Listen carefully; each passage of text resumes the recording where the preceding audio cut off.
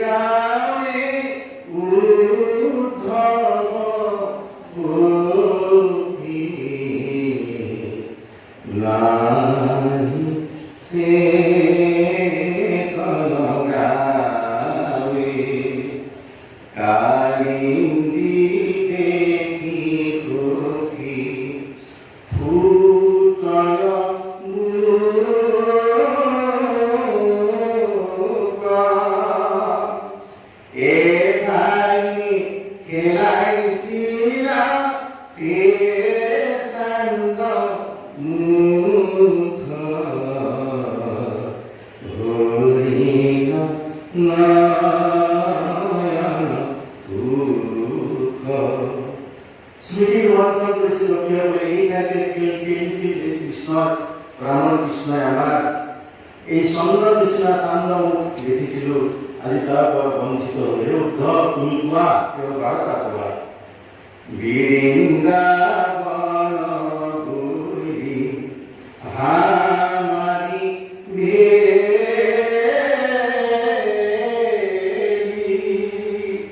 বেলিতে নাগি সাৰু গোপাল নাই সে গাৱে গজ বজ্ৰ জব অংকজ চাই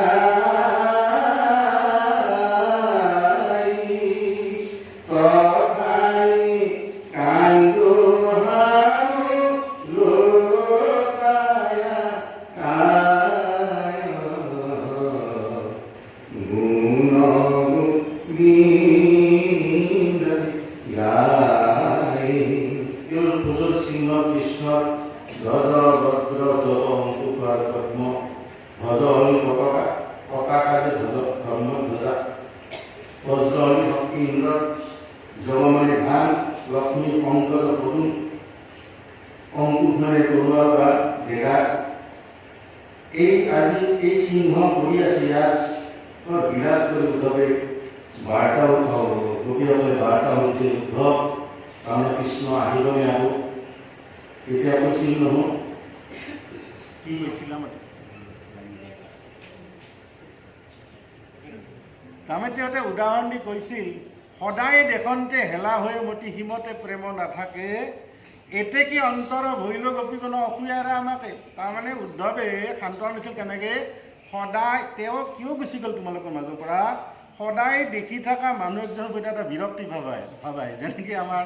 ঘৰত যদি মানুহ এজন মোন মানুহটো ঘৰত সদায় থাকে এই বুঢ়াটো নল্লা হৈছে ঘৰৰ পৰা এই যিটো বিৰক্তি ভাৱ গতিকে যদি বহুদিনৰ মূৰত একজন মানুহক দেখা পায় এতিয়া ক'ৰবাত গ'লে বা বাহিৰতে আৰু অমুকক দেখা পায় এটা আফচোচ বা এটা মানে হেৰিটো থাকে লিপচাটো তেওঁক মানে হেৰি কৰা ঠিক তেনেকৈ সদায় যদি থাকে তেওঁ তোমাৰ প্ৰতি বিৰক্তি ভাৱ আহিব পাৰে সেইকাৰণে তেওঁ গুচি গ'ল ৰসতে নাম খাই ৰচুল গছৰ ৰসতে নাম খোৱা ৰসতে নাম খোৱা সাংঘাতিক কৃষ্ণ আমি সদায় ৰসতে নাম খাব লাগে ৰসতে নাম খোৱাৰ কাৰণ লৈ বুজি আমাৰ যে আছে কিছুমান বিয়া এখনৰ কথা বিয়া এখনত জোৰোণৰ পৰা যাই সুন্দৰ আফচোচ কমি যাব যদি বিয়া কিবা সুন্দৰকৈ যায় টাইমতে যায় যাব আফচোচটো বা পুৰুষাকাৰে যদি হয় যায় যাব তাৰ আফচোচটো কমে বছৰ দিনা যদি একদম লগাব ক'ব ব্যস্ত কিবা ভাল বস্তু আমাৰ খাব পাৰে এনেকৈ সুন্দৰকৈ উদ্ধৱে বুজাইছিল কৃষ্ণ যদি তোমালোকৰ মাজত সদায় থাকিহেঁতেন তোমালোকৰ ভক্তিটো কমিহেঁতেন এতিয়া বিশেষ ভক্তিটো বাঢ়িল সেইকাৰণে সদায় দেখন্তি হেলা মতি অসীমতে প্ৰেম নাথাকে এতেকে অন্তৰ ভৈল গোপীগণ অসূয়াই উদ্ধৱ সংগত কেনেকৈ কৈছে গতিকে এই চিহ্ন তেওঁলোকে মানে বিৰাট কৈছে কৃষ্ণ পূজাবিনে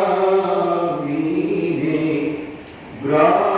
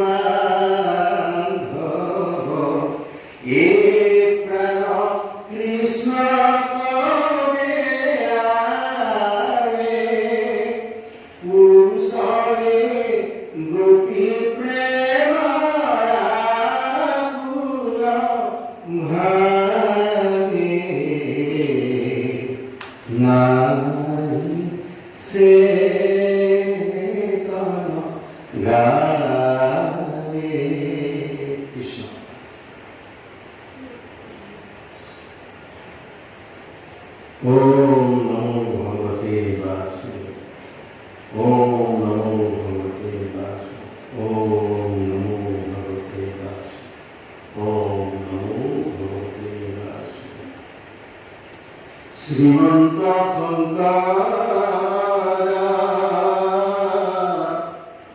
হৰি ভাগৱতৰ জানা যে নকল্পতৰু তহন্ত বিনাই নাহি নাহি নাহি আমাৰ পৰম গুৰু এয়া আমাৰ পৰম গুৰু কৃষ্ণ কৃষ্ণ হৰি এই শ্ৰদ্ধা বাবা মাইমাতি হোৱা আদি অধ্যায় কৰিছে প্ৰদ্যুম্নৰ লগত সম্ভৱী বিবাহ তাৰ বাবে আমি অলপ কথা আলোচনা কৰিম পুকৰ মুখে পৰীক্ষিতে ভাগৱত শ্ৰৱণ কৰি আছে গংগাৰ পাৰত পৰীক্ষিতনো কোন পৰীক্ষিতে কিয় ভাগৱত শুনিব লগা হ'ল এই কথাখিনি আমি অলপ আলোচনা কৰিম যেনেকৈ আমাৰ ভাষণ দিলে এড্ৰেছিং দৰে শ্ৰদ্ধা মোক ডাইৰেক্টৰ ভাষণ দিয়ে গতিকে এদিনাখন পৰীক্ষিতৰ মৃগয়া কৰিব মন গ'ল ইয়াতে প্ৰশ্ন বৈষ্ণৱে জানো স্বীকাৰ কৰিছিল এইবিলাক ভাগৱত হওক মহাভাৰত কথাবিলাক প্ৰকৃতি অৰ্থ চিম্বলিক স্বীকাৰৰ অৰ্থ লোক বা লালসা তাৰে আগতে কিন্তু পৰীক্ষিতে এটা লেখা লিখিছে কি কৰি নিদ্ৰাজে পুলিক জাগাই যে ক'ত যজ্ঞ খেলে যোৱা কৰে মধ্য পান পান শ্ৰী পঞ্চমনা পুলিচ এইবিলাক ৰাখি যিখিনি জাগাই দি নহ'ল আপোনালোকে পাইছে আগতে আৰু জাগাই কাম বনাইছে শেষত যে সমাজ দিছিল সমাজ দিয়াৰ লগে লগে মুকুটত সমাজ থাকে এটা চাবলৈ বহুত কথা আহিলে য'ত সমত দিছিল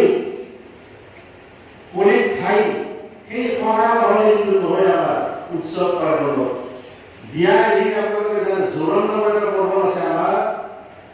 ইয়াত জোৰণত কি হয়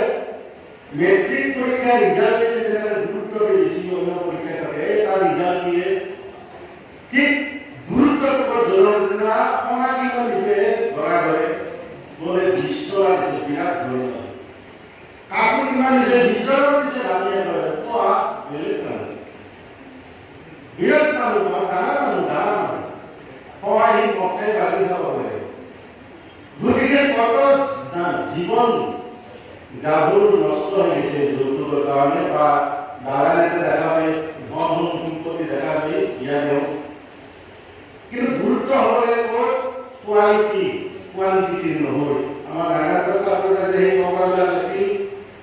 পিছত এইবিলাক কম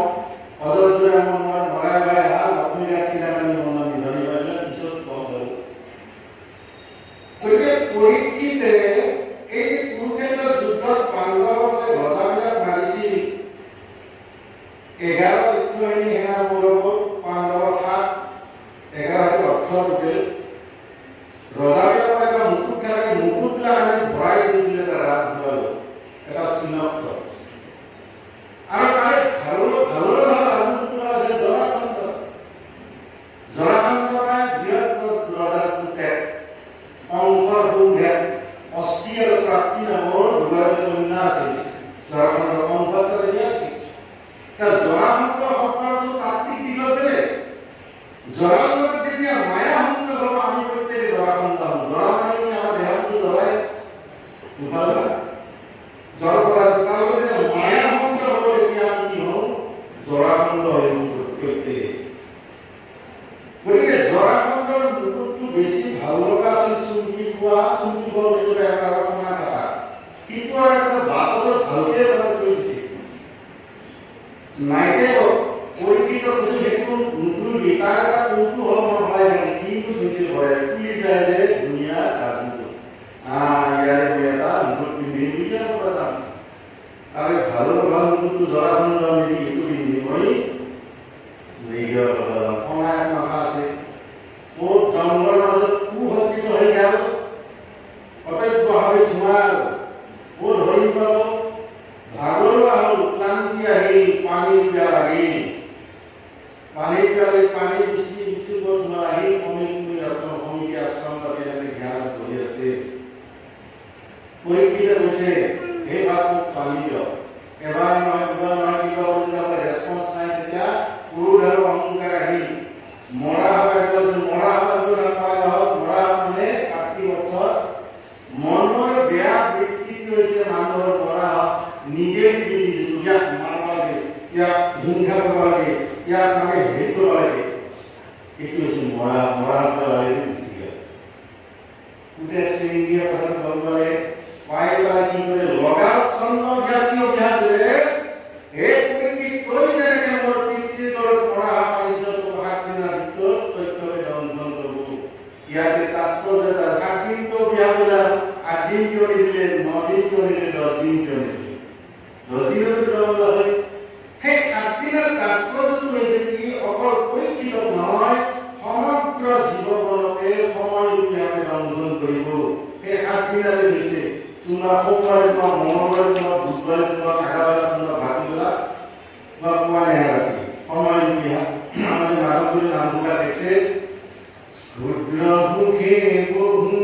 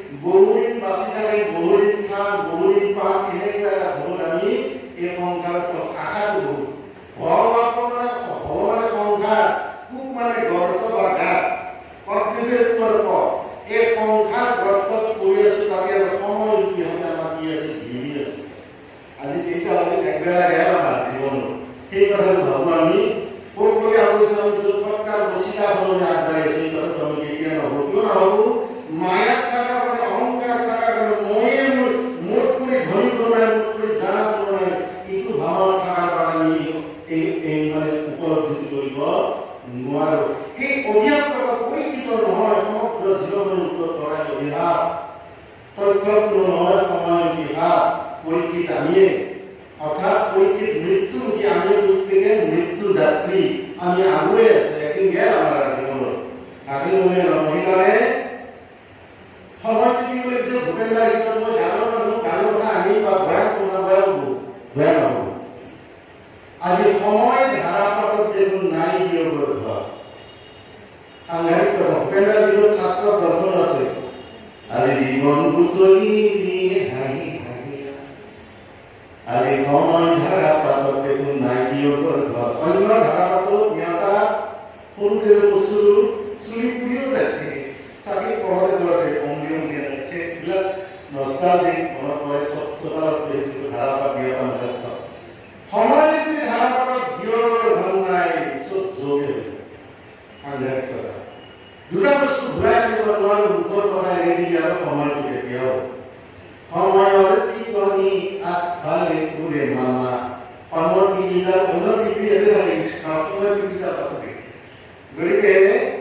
পৰীক্ষিতৰ অভিভাৱক 7 দিনৰ কাৰ্যটো সেইটোৱে। তাৰপিছত সমিতিয়ে সাৰ পাই গালি দিলে, এনেকুৱা বৈষ্ণৱ তুমি অভিভাৱক দিলা, কাপোৰ দুবি মই বেয়া কাম হয়তো। খবৰটো পঠাই দিলা, খবৰটো পাই পৰীক্ষিতে কি কৰিলে, এই মহাসংঘ বিয়া মৃত্যুৰ বিয়াটোক প্ৰসাদ হিচাপে গ্ৰহণ কৰিলে। ভালে হৈছে, মোৰ উচিত শাস্তি। কাৰণ মই যদি আৰু এনেকৈ ৰজা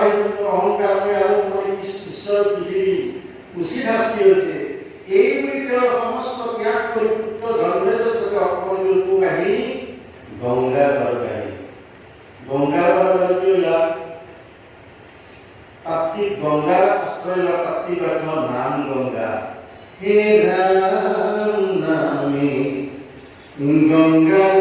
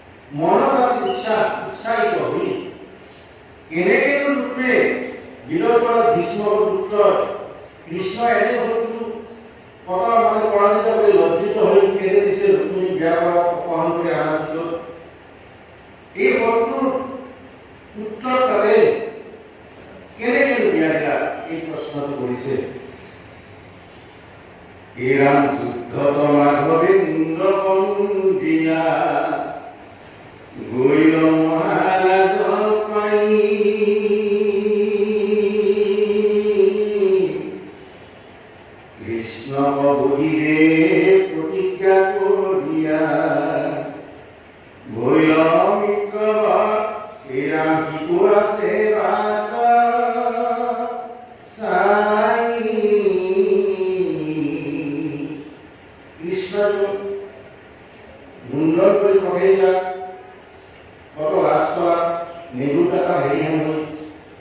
বাছে আছে কেনেকৈ ঘৰুৱা বাৰৰ ৰূপময়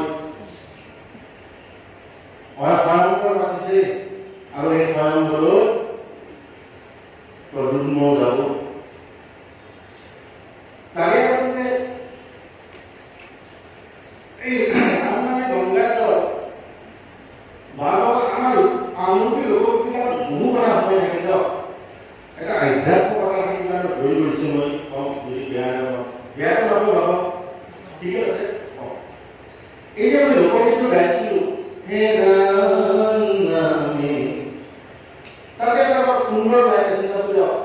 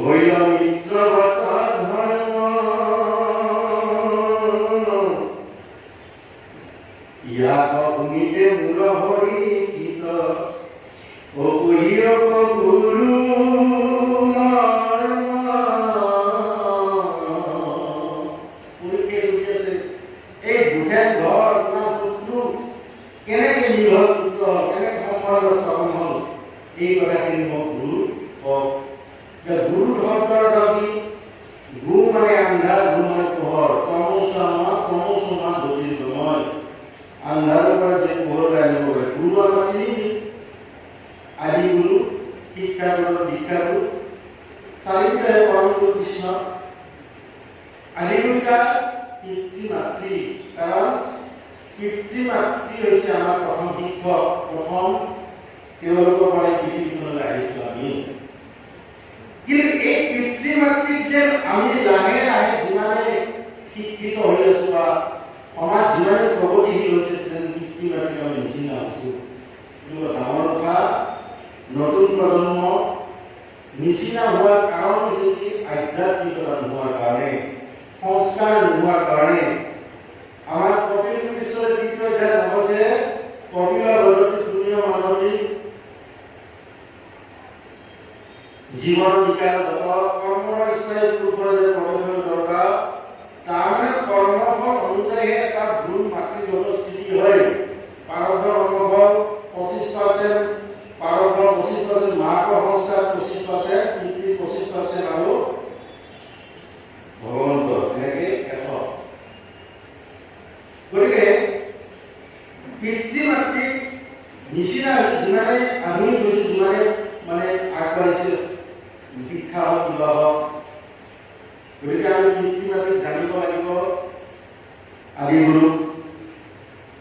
পিতৃ মাতৃ কি বস্তু আমাৰ লোকগীতত আছে, মা কি বস্তু। এই পৃথিৱীত মাকৰ নিচিনা নিস্বাৰ্থ মৰম নাই, পিতৃ মাতৃৰ নিচিনা। কিন্তু মৰমবিলাকৰ নিস্বাৰ্থ নাই। মই আনুষংগিক কথা কৈ আছো, আধ্যাত্মিক বিবাহৰ কথাটো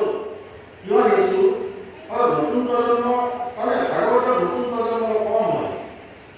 বহুত ভাগৱত যাওঁ, বেছিভাগ তাৰমানে বয়োজ্যেষ্ঠ, কিন্তু নতুন প্ৰজন্ম শুনিব লাগে। আচলতে ভাগৱতটো যেন একলা কৰি দিলে বুঢ়া মানুহ বস্তু এনে ধাৰণা নহয়। আচলতে মাক কি বস্তু এটা লোকগীতত আছে, দেউতা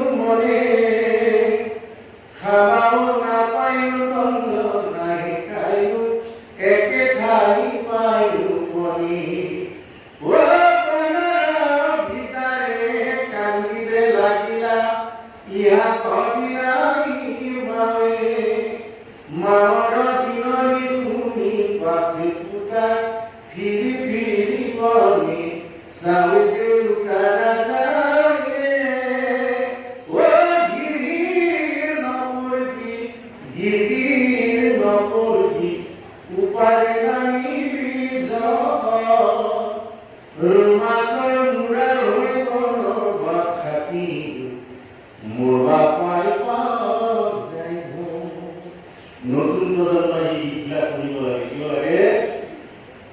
ৰৌ মাছ এটা আহিছে, বুঢ়ী খাবৰ ইচ্ছা নাকৰো, ঘূৰাই কৈছো বুঢ়ী খাম, মহাযুদ্ধ গিয়ে কৈছে বুঢ়ী বনাওঁতে ইমান দিগদাৰ দিছে, পুত্ৰই তিৰিৰ অধীন কৰি দিব, নাৰীৰ অধীন, ভাৰ্যাৰ অধীন, দ্বাৰা বুলিকে দ্বাৰা শব্দৰ অৰ্থ হেংকঘৰ ভাই ককাই মৰম বিনষ্ট কৰা প্ৰাণী। আপোনালোকে মোক হেঁচামাৰি ধৰি নাবো, আপোনাৰ কমাই দিয়ক অৰ্থটোৱে কৈছে। গতিকে দ্বাৰা অধীন হয়, তিৰি কথা ক'ব মানে বনবাস কৰা দিছে মাকো। ইফালে দেউতা ৰাজা মেঘে ঢাকি আহিছে,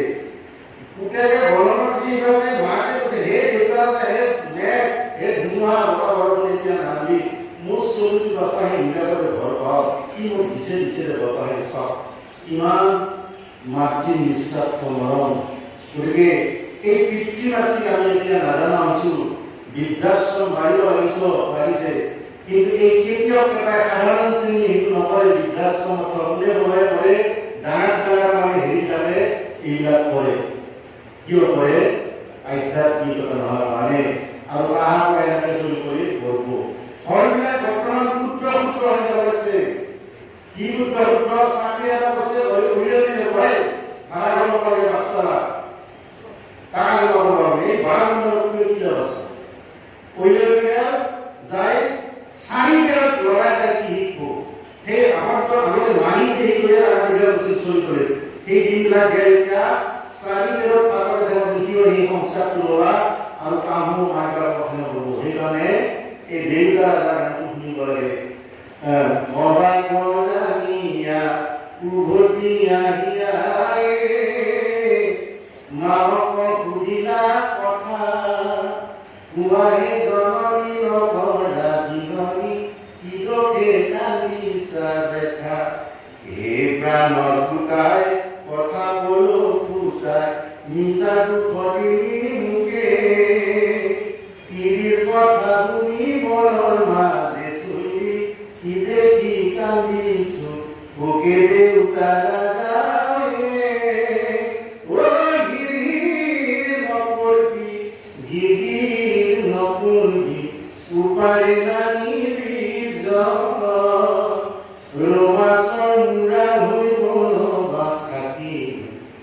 মোবা পাই পাওঁ যায় এই যে পিতৃ মাতৃ মাতৃ কেনেকুৱা মৰম আমাৰ যে বুঢ়া ভাত কৈ মাকে এই বাজাৰ পৰা উলাৰ পৰা মুখে চাই ধুনীয়া কিনিছে পাছা কিনিছে কথাটো নহয় গতিকে এই যে মাতৃ নতুন নতুন আৰু আগৰ কথা গোটেই জানে কিন্তু আচল কথা জানিব লাগিব এইবিলাক আমি পিতৃ মাতৃক জানিব লাগিব কি বস্তু আৰু এই পিতৃ মাতৃৰ পৰা আমি নেপৰিলে কৈছিল একোজন মাতৃয়ে এখন শিক্ষক নাম কৰিব পাৰে মাতৃ এগৰাকী গতিকে আমি ল'ৰা ছোৱালী সংস্কাৰ আয়োগলৈ কিছু সংস্কাৰটো দিব লাগিব তাতে ল'ৰা ছোৱালী জন্ম দিয়াৰ কথা আছে বহুত আগত পাইছে চাগে নিয়ম নীতি আছে বহুত নানানটা আমাৰ আয়োগৰ কথা বুজাই দুটা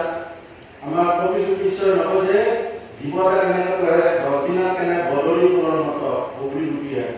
1 মাহ কি 2 মাহ কি হয় 3 মাহ কি হয় 4 মাহ 5 মাহ কি হয়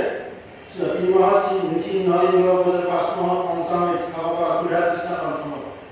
তেতিয়া আমাৰ আয়োগৰ কৰ্ম আছে পঞ্চমত কি দলিত আছে আমাৰ কামবিলাকে দীৰ্ঘ আৰু বাইকেছটো দীৰ্ঘ পঞ্চমত কাপোৰ বিয়া কৰিলে সিটো কৰাৰ পিছত ফিৰকানি লগৰ অত্যাচাৰ সেৱন কামটো দা আপুনি কালি যাবি আমাৰ তাতে ভাত খাব তুমি কি খাই যাবা হাত পাউডাৰ চাগা খান কি খাই তোৰ মতে আমি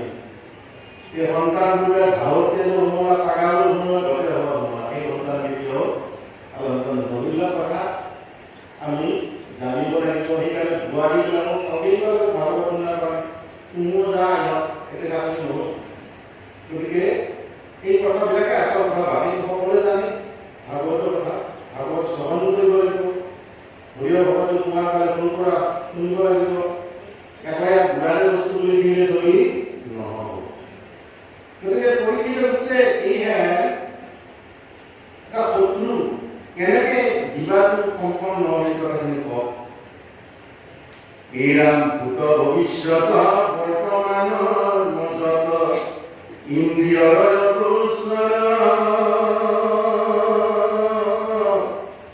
সমষ্টিত যাৰ জানয়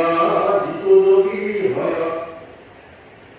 তুমি মহাযোগে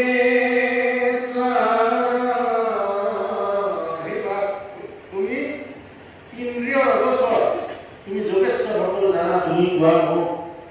পৰীক্ষিত হৈছে ইন্দ্ৰিয় কি আমাৰ ইন্দ্ৰিয় 14টা জ্ঞানেন্দ্ৰিয় 5টা কৰ্মেন্দ্ৰিয় 5টা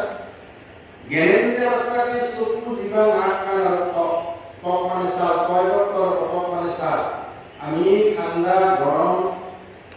বতাহ এইবিলাক অনুভৱ কিহেদি কৰোঁ ছালেৰে তাৰপিছত জিভা সেইকাৰণে জিভাৰ আন এটা নাম ৰসনা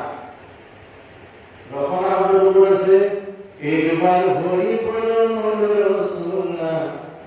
মানৱ দেহি গৈৰব ঘূৰা মানৱ দেহা মাতিৰ ভাণ্ড ভাঙিলে হইবে খণ্ডৰ খণ্ড ভাঙিলে দেহা যোগানিলে না একবাৰ হৰি কোন মন ৰচনা মানৱ দেহেৰ গৈৰ গৈৰ না ৰখন আপায় ৰখ থাকে এই জীৱাতে নাম লোৱা গতিকে জ্ঞানেন্দ্ৰ চকু জীৱা নাক কাণ আৰু ত্বক এই পাঁচটা হ'ল জ্ঞানেন্দ্ৰিয় কৰ্মেন্দ্ৰ অষ্টাদী পাতৰ পানী বায়ু বস্ত্ৰ ইন্দ্ৰ পাতৰ মানে ভৰি পানী মানে এটা পানী মানে হাত ন ৰজুকা মানে দীৰ্ঘকালে খাওয়া এই দশটা কাৰিগৰ চিত্ত মন বুদ্ধি অহংকাৰ চাৰিটা সংযোগ হৈ 14টা ইন্দ্ৰিয় 14টা ইন্দ্ৰিয় এই 14টা ইন্দ্ৰিয় কি বুলি কৈছে আৰু আধ্যাত্মিক কথা কৈ আছো তাৰ বেয়া নহয় মোক কম দিয়ক বৰিং হৈছে না বৰিং নহয় নাই আমি এই কথাটো দুবাৰ কথা অলপ হেৰি কথা আছো তাৰমানে 14টা ইন্দ্ৰিয় কথা কেনেকৈ কৈছে চাবলৈ এটা গান আছে আমাৰ দেৱত্বৰ এটা নাম ভাৰতত লিখা নামটা আপোনাৰ কাটি দিছে এই প্ৰান্ত পাতিলা মায়াৰে কেলা ও মোৰ দয়ালু তাতে ইন্দ্ৰিয়ৰ কথা কৈছে এক গুটি ঘৰ দিব খাব জীৱ আছে কিয় ঘৰ কৰি ৰজা ধুমা মাতাহি প্ৰাণ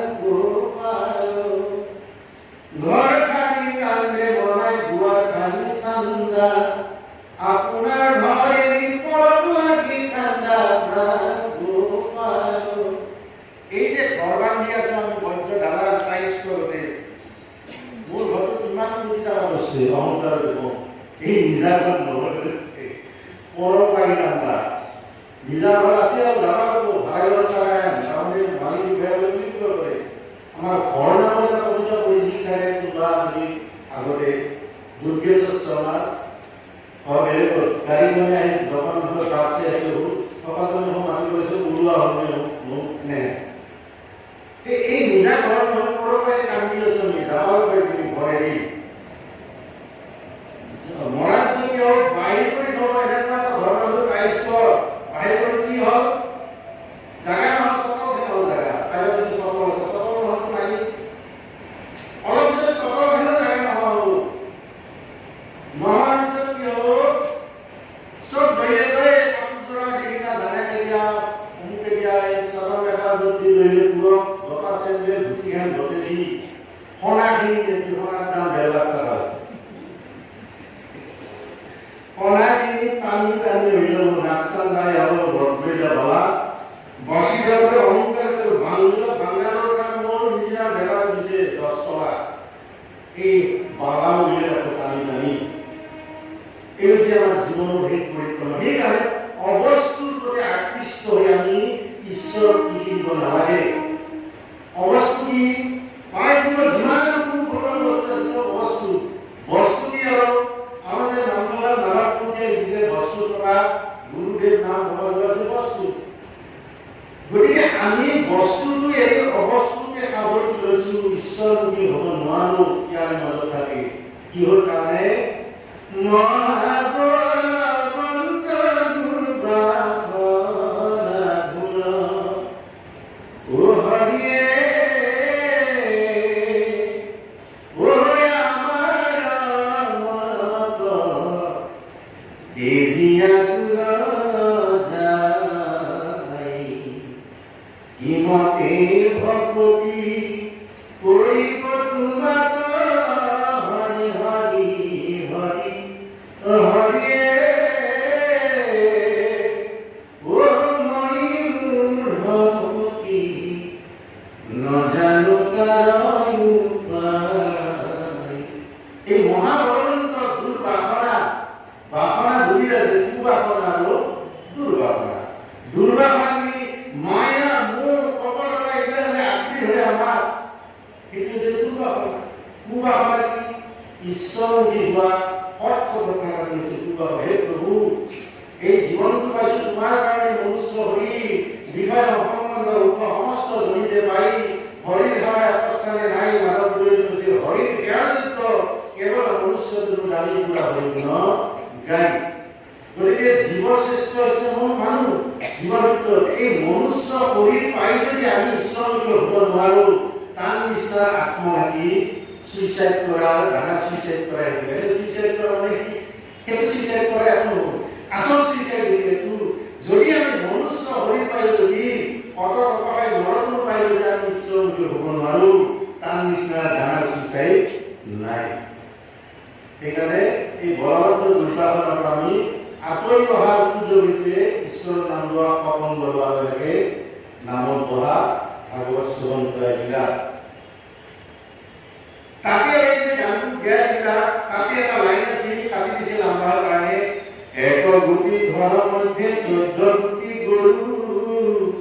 মন হৈছে গৰকীয়া, চিত্ত হৈছে গৰু প্ৰাণ, গোপাল। এক গুটি ঘৰৰ মধ্যে 14 গুটি গৰু, গৃহ হৰিকে হৰিটো ঘৰৰ ভিতৰত কৰিছে। তাৰে 14টা গৰু কাৰ লগত তুলনা কৰিছে? 14টা গৰুৰ লগত 14টা ইন্দ্ৰিয়, জ্ঞানেন্দ্ৰিয় অস্ত্ৰ, কৰ্মেন্দ্ৰিয় অস্ত্ৰ, চিত্তমন, বুদ্ধি, অহংকাৰ, গৰুৰ লগত জড়িত হৈছে। তে গৰু হলে গৰু না ভাগ গৰু মানে ভাগ দিছে আমাদেৰ গৰুকিয়া আগতে গাঁও আজি 50-60 বছৰতে সিস্টেম কেনেকুৱা আছিল গাঁও, আমাৰ গাঁৱত কেনেকুৱা আছিল, পালাতে একজনে গৰু ৰাখে, প্ৰত্যেকৰ গৰুলা পিৰিলে যে লৈ আৰু ঘৰে ঘৰে সোমাই দিয়ে। এটা সুন্দৰ পৰিৱেশ, এই পৰিৱেশবিলাক নোহোৱা হয়। গৰুলি গাত ৰাখি শৰীৰৰ বেমাৰ আজাৰ নোহোৱা হয়। গৰু ফুৰাৰ পৰা ঘোঁৰাত লৈ সেই গধূলি যেতিয়া শৰীৰত পৰে তেতিয়া বহুত বেমাৰ আজাৰৰ পৰা মানে পৰিত্ৰাণ পাব পাৰে। আগতে গোবৰ দামবিলাক আছিল, বাপতটো আছিল, গোবৰে এটা চিত্ৰনলাৰ কাম কৰিছিল, বায়ু প্ৰদান কৰিছিল। কিন্তু আজিকালি গোবৰ চাপৰ গোবৰ কি হ'ব, খাদ্যৰ ভিতৰত দ্ৰব্যৰ ভিতৰত দূষিত। গতিকে গৰকীয়া থাকিব 14টা গৰকীয়া কাম আছে, মন হৈছে গৰকীয়া, মনটো গৰকীয়া হৈছে। গৰুটোৱে হাততে লৰু না কৈছে, চিত্ত হৈছে লৰু। অৰ্থাৎ কি, যি মানুহে চিত্তৰ দ্বাৰা পৰিচালিত হৈ কাম কৰিব চলে সংসাৰত, বিবেকৰ দ্বাৰা, চিত্ত মানে জ্ঞান বা বিবেক, তাৰ কেতিয়াও জট নাই। আৰু যদি মনৰ দ্বাৰা চলা মন কৰিছে জল আহিলে গৰু। সেইকাৰণে এক গুটি ঘৰৰ মধ্যে 14 গুটি গৰু, মন হৈছে গৰকীয়া, চিত্ত হৈছে গৰু প্ৰাণ, গোপাল। ৰোৱা দিলা পান্তি পান্তি, মাৰুৰি দিলা জোতা, ভাল মতে লগাই থৈছা একেজুৰি খুটা প্ৰাণ, গোপাল। এইবিলাক হোৱা আমি এই যে হাৰাগিলা মুঢ়া হৈছে আৰু একেজুৰি খুটা মানে ধৰি পেলাইছে খুটা বিহৰি। তাৰপিছত চাৰিফালে বেৰা দিয়া কৰিলা আন্ধাৰ, নফালে লগাই থৈছা নখানি দুৱাৰ প্ৰাণ, গোপাল। অনিমা চৌধুৰীয়ে গাইছিল মুকুতা চিনেমা 1975 চনত। ৰমেন বুঢ়াই সংযুক্ত কৰিছিল এই চিনেমা। ৰমেন বুঢ়া নোহোৱা হ'ল, বিজ্ঞান বুঢ়া পকাই গ'ল। এইবিলাক জানিব লাগে কিছুমান কথা। গতিকে এই চাৰিফালে বেৰা চাওঁখন, তাৰপিছত নফালে বহি আছে, নখেন দুৱাৰ, নৱদুৱাৰ, এই যে গুজৰাট লিংগদাৰ এনেকে মুখ চকুৱে নখেন দুৱাৰ। তাৰপিছত আৰু এক নদী আছে বয় তীৰ্থধাৰে, কালিকা দুটি পক্ষী পাৰে কি পাৰে প্ৰাণ, গোপাল। নদী নদী আশা নদী, আশা নদী বহিয়ে থাকে, আশা শেষ নাই। তাৰমানে নমৰাত লাগে আমাৰ আশা কেতিয়াও শেষ নহয়, লাগিহে লাগে। আজি এখন স্কৰ্পিঅ দেখি বেলেগক দেখি সেইকাৰণে আমি যি পাইছো তাতে সন্তুষ্ট থাকিব লাগে, নাতি আমি অশান্তি আহে খুব কেনেকে পায়। যি মানুহে যি পাইছে তাতে সন্তুষ্ট, তাৰ নিচিনা সুখী নাই। এটা সাধু কথা আছে উপনিষদত, ভাল লগা কথা। একগিৰি গৃহস্থ 3টা প্ৰাণী আছিল। এই যে আমি যি পাইছো তাতে সন্তুষ্ট থাকিব লাগে, নহয় বিপদ আহে, এই কথা সোমাই আছে। সেইটো এটা সুন্দৰ কথা। সেই 3টা প্ৰাণীৰ ভিতৰত গৰু দুটা আৰু গাহৰি এটা, বাঘা এটা। গৃহস্থ কিন্তু বাঘটো কপা কৈ নিদিব। ডাঙৰ গৰুটোৰ নাম মহাবহিত, সৰু গৰুটোৰ নাম চুল্লবহিত। তাৰো মানে অৰ্থ আছে বেলেগ, বাক্য গৰু নহয় যাব। ডাঙৰ গৰুটো জ্ঞানী জানি, সৰু গৰুটোৰ নাম আপায় আপায় তাক কি কয়, একদম খেপ দিয়াৰ একো খৰচ নহয়, কিবা দিব লাগে। সৰু গৰুটো কষ্ট দিয়ে যায় কিন্তু চাচোন বাৰাক পাহৰিলে আমাৰ খবৰ নলে বোলে ভাইটি তই মনে মনে যি পাইছা তাৰ সন্তুষ্ট বা তাৰ মৃত্যু হৈছে এনেকুৱা নাই তই বুজি পাবি হয় না হৈও তাক ঘৰত বড়ো মানুহ আছিল বিয়া কিমান পিছত জীয়েকৰ বিয়া মাৰি গৈ সবাহ আচৰিত মানুহ লাগিব যেতিয়া বিয়াৰ দিনা আমি কৰিলো বাৰাক কৰি দিছে শেষ হৈ গৈছে তেতিয়া ডাঙৰ কৰি বুজাই কৈছিল তাৰ মৃত্যু হৈছে যি পাইছা হয় তাতে সন্তুষ্ট সেইকাৰণে আমি যি পাইছো তাতে সন্তুষ্ট থাকিব লাগে নহ'লে আমাৰ অশান্তি বিপদ হয় কাৰণ বেছি হ'লে আমাৰ অহংকাৰ হ'ব বেছি টকা মানুহ বিয়া কৰে লাইন চুট কৰে পেৰাডাইজ লছ হয় পেৰাডাইজ লছ বুলি এখন জন মিল্টন কোনোবাই সাহিত্যত কৰিছে জন মিল্টনৰ বৰ মহা গ্ৰন্থ এখন পৃথিৱী বিখ্যাত তাতে সৰ্বংগৰ কথাটো আমাৰ গুৰুজনে আগতে কৈছে আগতে আমাৰ বস্তুটো আগতে লেখা কিন্তু আমাৰ মনোগম লক্ষ্মীনাথ বেজবৰাই কৈছিল আমি আমাৰ নিজৰ বস্তুৰ প্ৰতি অনিয়া সদায় তাৰমানে গুৰুজন আগতে লিখিছে সৰ্বংগৰ কথা তাতে কি এটা লাইন আছে তাৰমানে নৰকত ৰজা হোৱাত লাগি স্বৰ্গত প্ৰজা হ'ব ভাল নৰক ৰাজা হৈ নৰক কোন হয় স্বৰ্গত প্ৰজা কথা যিখন ছ'চাইটি একো নাই নৰক তাতে ৰাজা হৈ অশান্তি হ'ল গতিকে এইবিলাক কথা আমাৰ গুৰুসকলে কিন্তু কাহানী গাই লিখিছে গতিকে আমাৰ কথাই আমি যি পাইছোঁ তাতে সন্তুষ্ট সেই মহাভোগ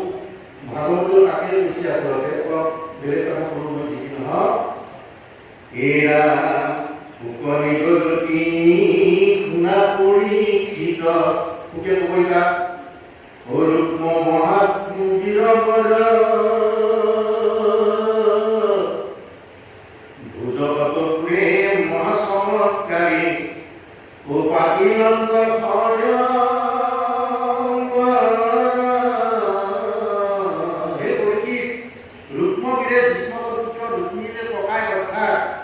অহংকাৰ আছে ৰাজা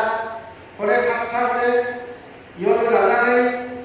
গোৱালশ্বৰী বুলি কৃষ্ণ সদায় মৃত্যুক এটা বিৰোধী এটা লোভী আমাৰ তেতিয়াও লোভী চিষ্টেম আছিল শিশুপাল জৰাসন্ধ এটা লোভী তাৰমানে এই ৰূপমী ইফালে যাদৱপন্থটো গতিকে সদায় ঠাট্টা মৃত্যুৰ মাজত থাকিব লগা হয় ভোজপুৰত চমৎকাৰ ৰূপে স্বয়ংবৰ পাতিছে জীয়াবোৰ ৰূপমতী এৰাম তাহানন্দিনী নামে ৰূপমতী সাক্ষাৎ লক্ষ্মী উৎপন্ন তান স্বয়ংবৰত নিৰাজাগন ওয়াকি হইল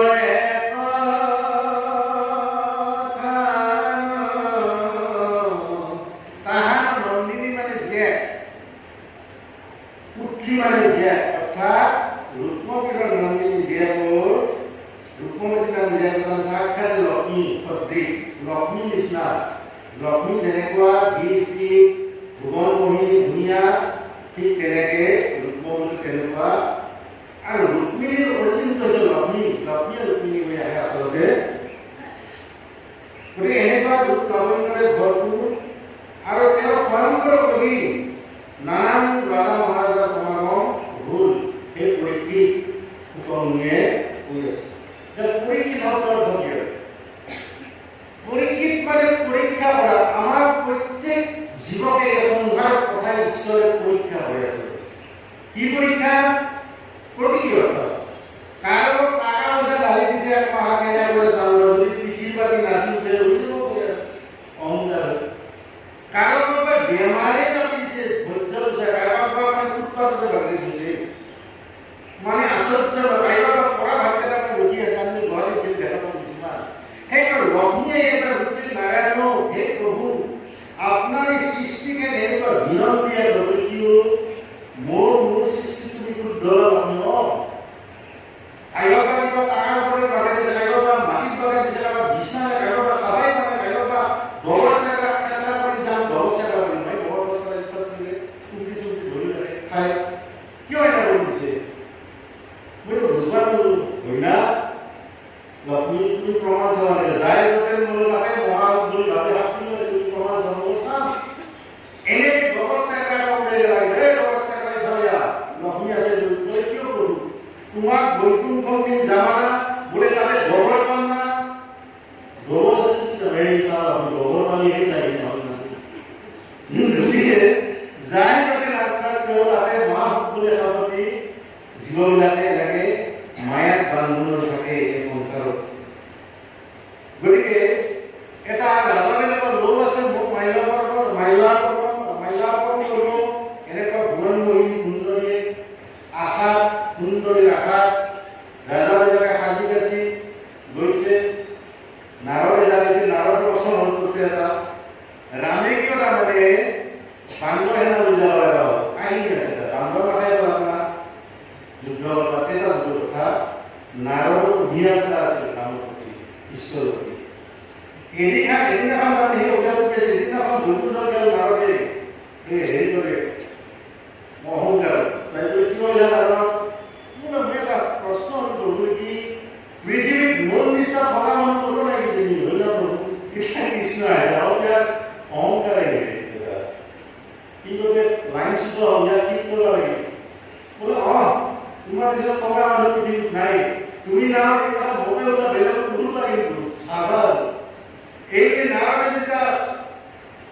চহি মাৰিছে মানে এলাও আছে অৱস্থা ধুনীয়াকৈ আহিছে অহংকাৰতে আহি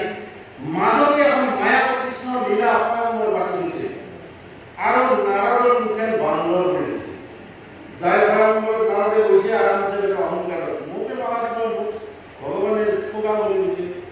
এইবুলি তেওঁ যাওঁতে টিচিং ভাষণ কৰে গতিকে টিচিং ভাষণ কৰোঁতে তাৰ সন্দেহ কিয় মোক দেখি চাই ভাল আছে মানে তেতিয়া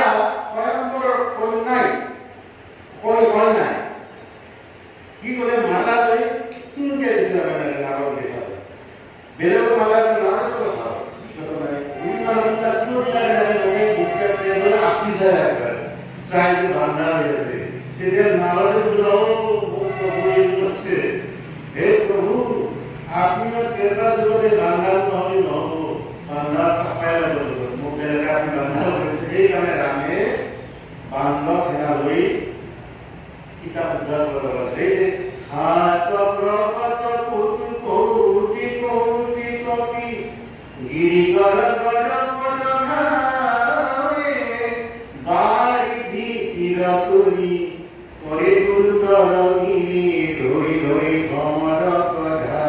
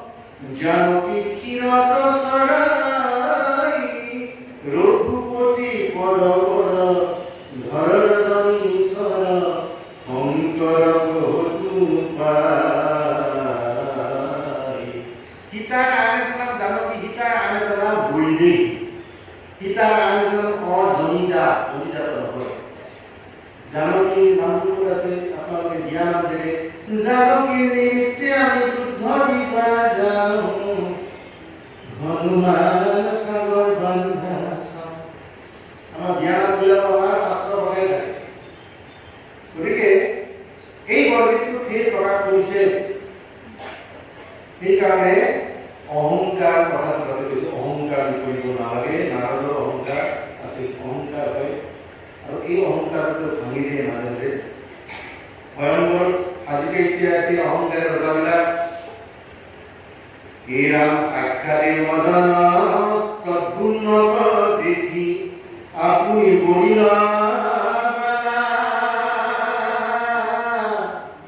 সমস্ত ৰাজাক জীয়েকেশ্বৰে অপ্ৰতুলে কান্ত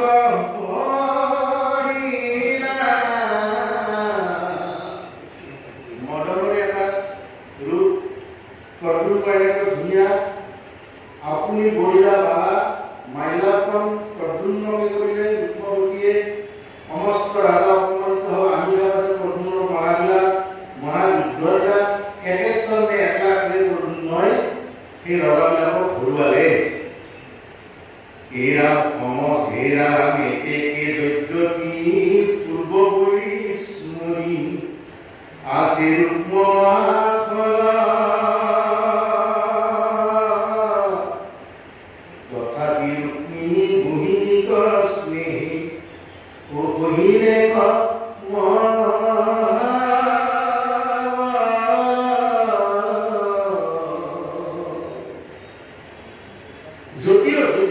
যদিও কৃষ্ণ বলি পূৰ্বৰ আগৰ বলি শত্ৰুতা আছে ৰুক্মিণীৰ ভনীয়েকৰ মমতাৰ কাৰণে একো বিবাদ নকৰিলে সন্মতি দিলে বিয়াখন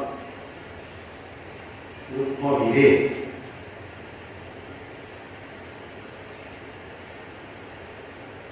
এৰা কন্যায় কৰিলা ভবা কৰি নীল জানি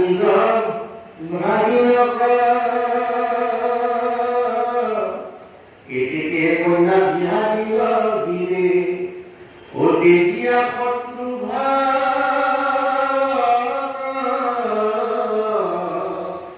শত্ৰুভাৱ ত্যাগ কৰি আগৰ কিবা আছিল বৈনাকৰ মমতা গতিকে ভাই ভনীয়েকৰ যিটো মমতা তাহানি তেওঁ আমাৰ শাস্ত্ৰত সেইটো দেখুৱাইছে অংশই যেতিয়া দৈৱকী এই আপুনি মাছিল তথাপিও যিমান তেওঁ দাদাক কিমান দি কৰা নাছিল ভনীয়াক যিহেতু ভাই ভনীয়েকৰ যিটো মৰম অংশই কিন্তু দৈৱকী নিজা ভনীয়াক নহয় দেৱকালৰ উগ্ৰহাৰৰ এজন ভায়েক আছিল দেৱকৰ 8জনী কন্যা আছিল সেই 8জনী কন্যাৰ নাম পুত্ৰদেৱা কান্তিদেৱা ধৃতদেৱা উপদেৱা শ্ৰীদেৱা দেৱৰতী আহিব দৈৱকী অৰ্থাৎ প্ৰত্যেক জীয়াকে বহুতে নিজা বুলি ভাবে দেৱক জীয়া দৈৱকী গতিকে ভাই ভনীয়েকৰ মৰমৰ এটা কথা প্ৰকাশ কৰিছে এৰা ৰুক্মবীৰ পুত এইবাৰ ৰুক্মৱতী পুত ভৈৰয়নী ৰুদ্ধ সাক্ষাতে মাধৱ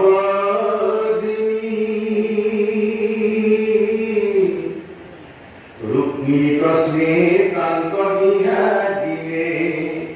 ৰুক্মিণী জানাতি প্ৰদ্যুম্ন পুত্ৰ অনিৰুদ্ধ তাতে আৰু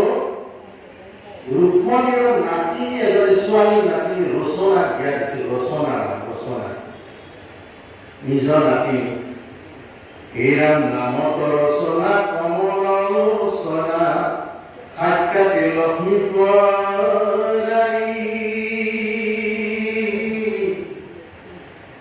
ৰুক্ম মহাবীৰে বিহা দিলে কান্ত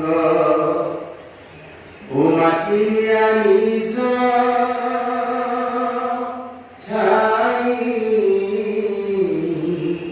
নামৰ ঘোষণা নাম অমৰ ঘোষণা ৰচনা চবু পদ্ম নিষ্ঠা চবু এই ৰচনা সাক্ষাতে লক্ষ্মী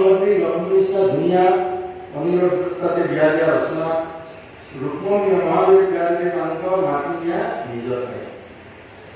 এৰাম জানিয়া সম্বন্ধ অধৰ্ম ভয়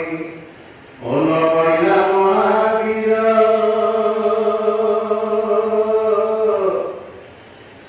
স্নেহ পাকে বন্দী ভূয়ামূলমতী ও প্ৰীতিয়ে হানি ৰুক্মিণী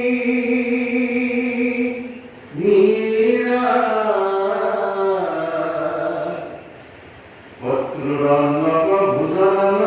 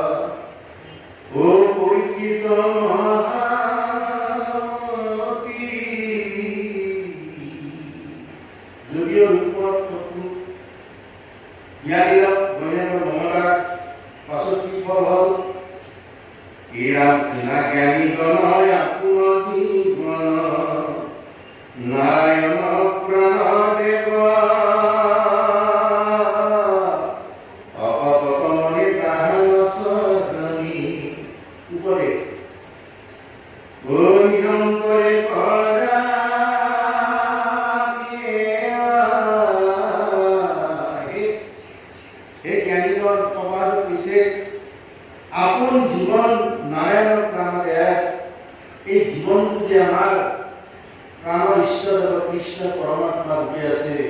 আৰু থকাৰ কাৰণে আমি এটা দম্পতি আছো। কিন্তু এটা ডাঙৰ কথা কি আমি ঈশ্বৰে অৰ্থাৎ আত্মা বা পৰমাত্মা নিচিনি কাক চিনো দেহাটোকে চিনো। চিন্তাহে কাক চিনো কাক। এই জন্ম মৃত্যু বেমাৰ আজাৰ এইবিলাক হৈছে দেহাৰ ধৰ্ম, কিন্তু আত্মাৰ ধৰ্ম নহয়। জৰা মৃত্যুবিলাক আত্মা অমৰণ বা পৰমাত্মা এইবিলাক অমৰণ বস্তু। দেহাটো আজি আছে কালি নাই। এই দেহাটো অলপমান মোৰ নিচিনা বগাই পৃথিৱী, মোৰ নিচিনা বগাই মই ধুনীয়া পৃথিৱী। কৰ দামী নিচিনা কৰ দামী চাবি বহু চাব বহু দেহাটো। এই দেহাটো লাহে চাহ অকৰা বহু কালৰ প্ৰভাৱ চুলি কব যিমান গান দিয়া কৈ কমতে ইমানে ঘূৰি দিয়া বগা হৈ ভগৱান নলয়। গতিকে সুন্দৰ কবিতা আছে আমি কাক যাবলৈ জানো তাক হে হৰিয়ে চিনিলে নাপাই চিনিলে পাই জীৱৰ অদ্ভুত জালা বাৰজন বৈষ্ণৱে পিন্ধিয়া ফুৰিব একেখনি চিঙা কাঠা নীলাজ হে নীলাজ বিপাঙে পৰি নমৰা হিয়াৰ ভিতৰি আছে নিজৰ গুৰু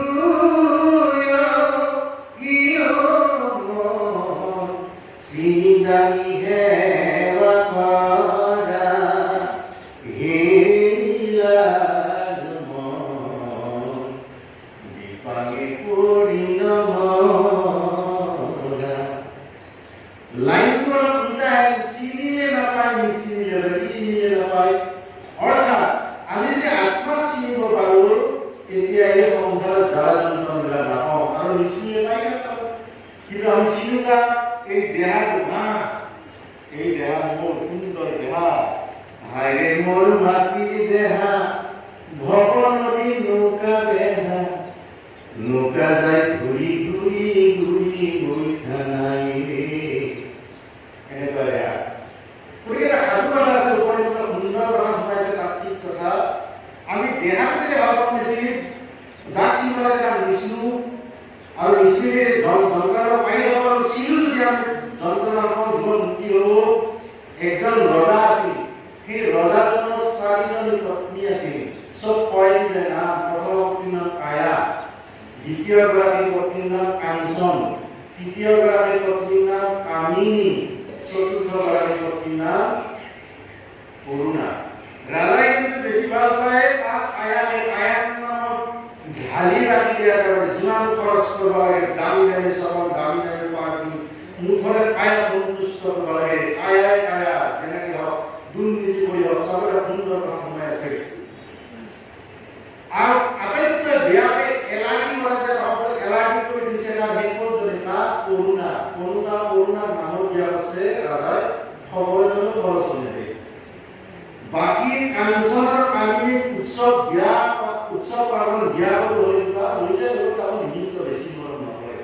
যেতিয়া ৰজাৰ বয়সৰ মৃত্যুৰ সময় আহি গৈছে দেহা দুৰ্বল হৈছে গম পাইছে আৰু মই মৰিম দুৰ্বলতা আহিছে ৰাজাৰ ভয় আহি তেতিয়া আটাইতকৈ ভাল পোৱা ধুনীয়া প্ৰথম কায়া কৈছে কায়া তুমি আহা মই কিয় স্বামী মোৰ বিৰাট ভয় আছে মোৰ মৃত্যু হ'ল ঢিঙি আছে কোনদিনা মোৰ পাঞ্জৰ গম নাপাওঁ মোৰ মৃত্যু জামানা মই কিয় যামকে ইয়াত কৰিছে হাও তোমাৰ ইমান খৰচ কৰিলো কোনোবাই ধুনীয়া কৰিব ৰাজা নাৰ্ভাছ হ'ল। এতিয়া দ্বিতীয়গৰাকী মানে কাঞ্চন এনে ঘটনা আকৌ ঘৰত মৰমে তুমি বেছি মৰম কৰিছিল কায়া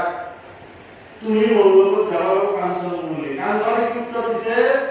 আপনি মই মৰা বাচ্চা আছে 1 মিনিট কলম নকৰো 1 মিনিট কলম বেলতে পড়ে যাও। কি ঘটনা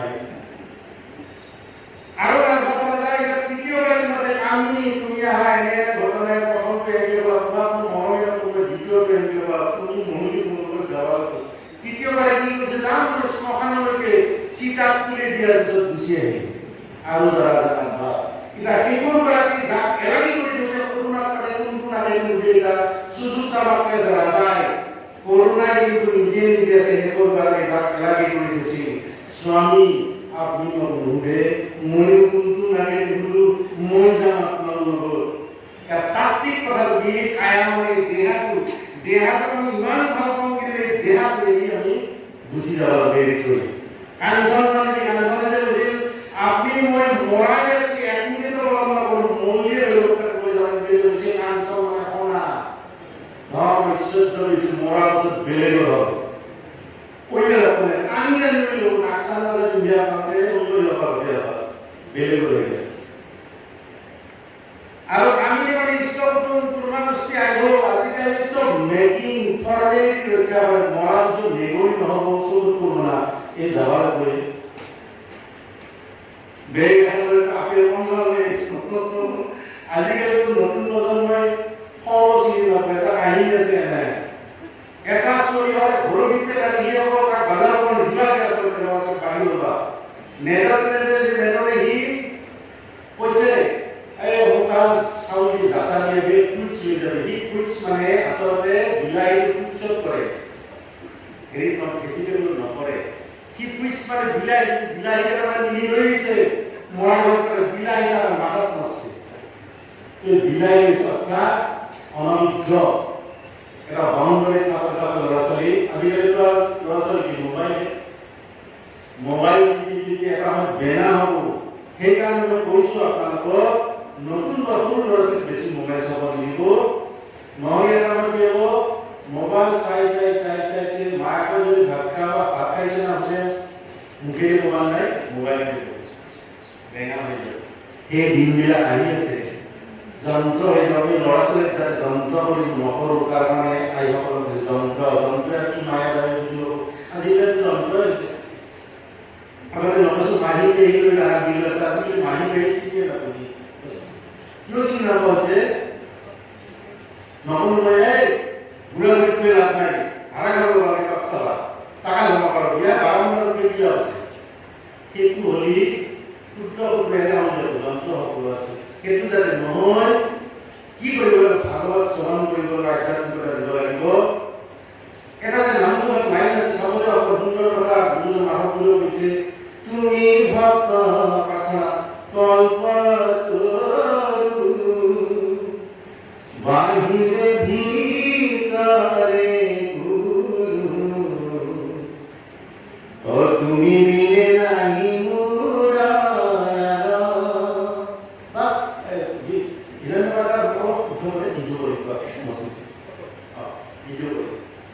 এই কথাটো ভিডিঅ' কৰিব অলপমান মানুহ খায় এই বাবাবোৰক ভাত পাইছোঁ মই সবাই কিবা এটা চিন কৰি যাওঁ গোটেইখিনি আপোনালোকে তুলি লৈ এই লাইনটো কি কৈছে চাবলৈ তুমি ভক্ত কল্পৰ বাহিৰে ভিতৰে গুৰু তুমি বাহিৰৰ চাপ গুৰুৰূপে ভিতৰৰ গুৰুমুখী আছে চাবলৈ সাংঘাতিক নামঘোষা হাজাৰী ঘোষালৈকে 1000 এটা ঘোষা আছে হাজাৰী ঘোষা কি বাহিৰে ভিতৰে গুৰু তুমি ভিতৰত পৰমাত্মা গুৰুৰূপে আছে বাহিৰৰ গুৰু কি আমাৰ বাহ্যিক জগতখনতো বহুত গুৰু আছে শিকিব লগা কথা অকল শিক্ষকসকলৰ বাহিৰৰ স্কুলত বা কলেজত লিমিটেডে মানুহে শিকে বাহ্যিক জগতৰে পাৰিপাৰ্শ্বিকতা এই প্ৰকৃতি জগতখন এখন ডাঙৰ প্ৰণালী কি বাহিৰা গুৰু চৰাইৰ গুৰু হ'লে চৰাই যে পক্ষী চৰাইৰ আমি কি শিকিব চৰাই গধূলি হ'লে সাজ যায় নাখায় আমি বোলে জীৱশ্ৰেষ্ঠ হৈ 12টা পেটত ভৰি দিছোঁ মাছ মাংস শংকৰ দিয়া ঘৰৰ হাও আছে ভৰি আছে পেটত ভৰি 12টা ভৰি দিছোঁ বেমাৰ নদী সাংঘাতিক কথা গধূলি হ'লে আচলতে সাজ খাবাই নালাগে চৰাইবিলাকে নাখায় আৰু চৰাইবিলাকে কি কৰে সূৰ্য উঠাৰ আগতে ইমান পৰিশ্ৰমী কিন্তু আমি উঠিব লাগে সোনকাল আমাৰ যে আইসকলৰ কথা এটা আহিল এই যে পানী তোলা যায় ধৰণৰ কাটি ধৰি পায় যে কাটিব ধৰিলে বহুত সময় কাটি দিয়ে যে আৰু এটা যে জ্ঞান আছিলে বহুত শাস্ত্ৰ কথা শুনাইছে কুঁৱলী পৰিব পানী জল যাব চোৱা কি জল যাব চোৱা তোলা নিয়মটো হৈছে পকী কুটাম্বৰ নুঠকে, কিন্তু পাতৰ কাপোৰ দেখিব লাগে না কণ্ডিশ্যন হ'ব লাগে, সেইকাৰণে পানী তোলা সময় 12টা বাজে। হা খাই দিছে মোৰ ডান্স লৈ যাব লাগে, কিবা পাবলৈ গ'লে কি হয় পুৰণি পৰিব পানী জ্বলা বসুৰা কাম পাতৱে দিয়ায়ে ভাঙা ফুটা চাও তাপাতকে গলা তামোল পাতৰ পানী খাই জানে তোমাইৰে বিবাহৰ পানী তুলিবা বজাও কাটি দিও কাটিয়ে তানে এই ইন্দ্ৰ কবিয়াটো আছিল, এই আমাৰ বিশ্বৰ বুজে হেতুছিল হত্যা আছিল, ইন্দ্ৰ বাতছিল গুৰুবধৰ পাপতে বিনে পাপৰ খেলিবলৈ ভ্ৰমণকাৰীকে ইন্দ্ৰটোৱে পাপি কৰিবলৈ ভগাই দিয়া বিচাৰি হ'ল, প্ৰথমে পানী তালে গ'ল, পানীবোৰ পাপৰ একবাৰ লবিনা লৈ মই বিনিময় লাগো কেৰিয়াৰ দিলো বিনিময় দিছিল পাপ সকলো উদ্যম পানী নহয় নগৰ উত্তৰ পানী পাপ ভাগ হৈছিল, সেইকাৰণে কাটি দিয়ে আপুনি এই বস্তুবিলাক বুজি নাপায় ৰাইজে। তাৰপিছত মাটি ঠিকানা কৰিব লাগিছিল, কোনোধৰণৰ মাটি আৰু ঘৰ পুতি লৈছিল মাটি, যিমান ঠাল হ'লেও লাহে লাহে দাম উঠে আৰু এটা 3 নম্বৰ ৰজস্বলা আয়োগৰ যে ৰজস্বলা কাটি লৈছিল, সেইকাৰণে ৰজস্বলা নাৰী এটা সন্মান সেইবিলাক নাখাইছিল, সেইবিলাক নিয়ম আছিল। তাৰপিছত কি হ'ল গাছৰ তাতে দিছিল, গাছ যিমান ৰাতিও ঘৰ পুতিছিল গাছে পকা হেৰা চাউল বাকলি দিছিল, এইবিলাক কথা বহুত কথা আহি গ'ল। গতিকে পৰুৱাৰ পৰা কি কৰিব আমি টাইম মেইনটেইন আৰু পৰিশ্ৰম। পৰুৱাই কি কয় পক্ষীয়ে চৰাই দি বাহৰ সোমাই নাখায়, আমিহে খাওঁ, আচলতে খাব নালাগে। পৰুৱা গুৰু হ'ব পাৰে আমাক, মেকুৰীও গুৰু হ'ব পাৰে, মেকুৰী যে কেনেকৈ বিড়াল কেনেকৈ গুৰু হ'ব পাৰে, মেকুৰী দুটাই গুণ আছে চাব, এটা ভাল গুণ এটা বেয়া গুণ, ভাল গুণ ল'ব লাগে। ভাল গুণ কি মেকুৰীয়ে যে লেট্ৰিন কৰি যাবলৈ অৰ্থাৎ তাত তত্ত্ব সোমাই আছে অৰ্থ, আমি সদায় বেয়াটো ঢাকি থ'ব লাগে। আমি বেয়াটো ঢাকি থওঁ, গগন বৈশ্বৰৰ পৰচত আমি সময় বুলি বেয়াটো মেকুৰী হাবি জাপি থোৱাৰ উদ্দেশ্য হেৰি কিবা হ'ল তাত নহয় বেয়াটো ঢাকি থ'ব লাগে, কিন্তু আমি তাৰ পৰা শিক্ষা লাগে। মেকুৰী বেয়া গুণ কি ভাজা মাছৰ কাম যদি পাইছোঁ সহায় বস্তু কৰি থ'ব শিকাব লাগে। অৰ্থাৎ কিছুমান শৰণ ব্যক্তি আছে সমাজত, শৰণ 4 বিধ, কচ্ছ ভৰণ বিৰা 3 বিধ, কচ্ছ ভৰণ বিৰা ভৰণ আৰু মৰ্কট ভৰণ। এই যে শৰণ আমি বহুতে দেখা দেখি পেলাই অমুকে হৈছে মোৰ শৰণ ল'ব লাগে, কিন্তু হৈছে কাছু ভৰণ। অৰ্থাৎ যিমান প্ৰাণী আছে কাছু ভীমাবাৰী বালাজী বেছি সঁচাই হয়। কিছুমান শৰণ লোৱা ব্যক্তি আছে, শৰণ লোৱাৰ নামত শৰণৰ বিজ্ঞানে বাহিলা কি কিছু শৰণ নিয়ম নীতি আৰু সেইটো হৈছে কাছু ভৰণ। একটু বিনা মেকুৰী ধৰণ কি আৰু এই যে কোনো মেকুৰী ভাল গুণটো হৈছে হাঁহি জাতি হওক, আমি জাতি ধৰণ ল'ব লাগিব। বেয়া গুণটো কি হৈছে হাজাৰ বছৰ বন্ধ অহাতি পাল ঘূৰি থাক পঢ়াই চুৰ কৰি ৰান্ধি পাঁচীয়া ল'লে। অৰ্থাৎ কিছুমান শৰণৰ ব্যক্তি আছে নামৰ দৰে বিৰাট নিয়ম নীতি দেখুৱাই ইখান বাছত নামৰ নতুন বাছত লাগব ৰাতি মেকুৰীৰ দৰে মনে পৰা ঘৰ চুৰ খায়, এইটো হৈছে মেকুৰী ধৰণ। মৰ্কট ধৰণটো হৈছে আৰু মৰ্কট মানে বান্দৰে পৰা ধুনীয়াকৈ চাহটো লৈ থাকে। এই চাহ 3 বিধ ধৰণত আমি শৰণ কৰিব লাগে। সাগৰ গুৰু হ'ব সাগৰ কি সাগৰে বাৰিষা যে পালন সেই সময় হ'ব লাগে, কিন্তু নদী কি কৰে বাৰিষা কি চাৰ সব পতন কেনে ফুট পাৰে। গতিকে এতিয়া তুমি ভক্ত ভিতৰৰ কথা বাহিৰে ভিতৰে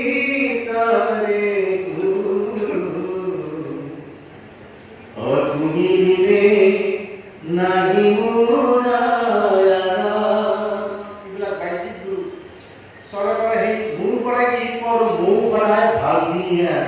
আমিও সদায় ভালখিনি ল'ব লাগে। আমি ভালখিনি লওঁ,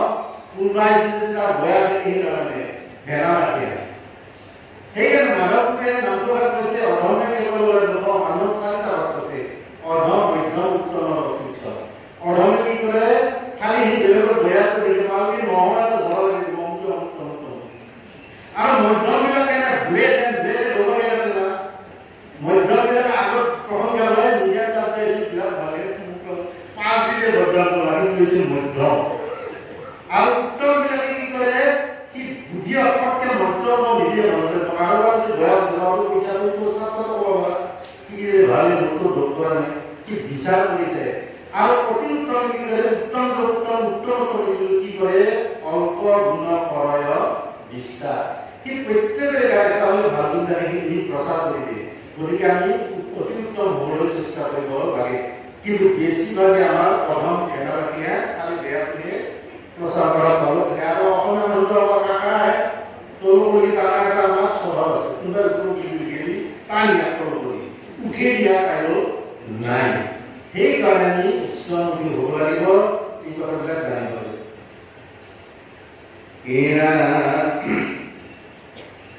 অন্যায় ধৰিল সভাপতি নীল উজানি নিজৰ ভাগিলক এৰা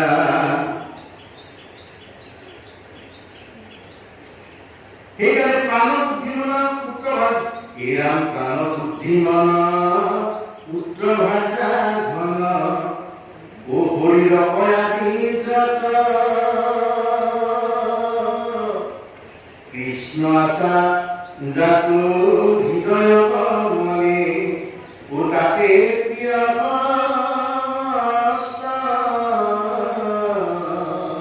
মন বুদ্ধি প্ৰাণ অনুযায়ী সমস্ত বুদ্ধি মন প্ৰাণ অনুযায়ী হাতীটোৰ পৰা চাৰিটোলৈকে পৰমাত্মাটোৱে সকলোৰে হৃদয়ত আছে যত জীৱত শিৱৰূপে এই যে সাধুকথা কৈছোঁ সাধুকথাটো তাৰমানে আমি হ'ল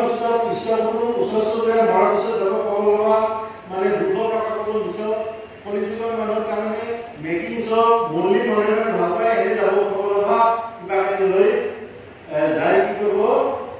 চিন্তা কৰি গুচি হ'ব বেছি সময় নাথাকে তাৰমানে সেই সাধুকথা হেৰিটো মানে কলেজলৈ আহিছিলোঁ আহি পেলাই ক'ব হেৰা কাম কৰ তাতে মহা কষ্ট হ'ল এই ব্যস্ত হ'ল আৰু কৰোণা সেইবোৰ তেনেকৈ যে এলাগি কৰি থৈছিল নাযায় কৰোণা মানে আত্মা বা পৰম ব্যক্তিয়ে নগৰীয় লোৱাৰ পিছত এই হৈ যাব যাক আমি এলাগি কৰি থওঁ সেইকাৰণে চিনিলে নাপাই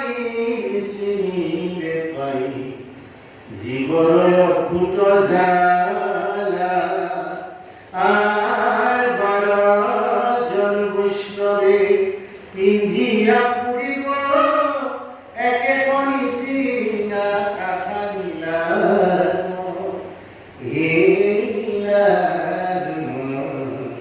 বিপাঙে পৰিণাম মন কৈছে বিবাহৰ নকবি ঈশ্বৰৰ নাম লোৱা এৰা মেটেকে কৃষ্ণ কয় অপৰভু হৃদ কোন যোন আছে কোন জনয় আছে যাৰ কৃপা মিলে ভুৱে থৰে ও সকল লোকে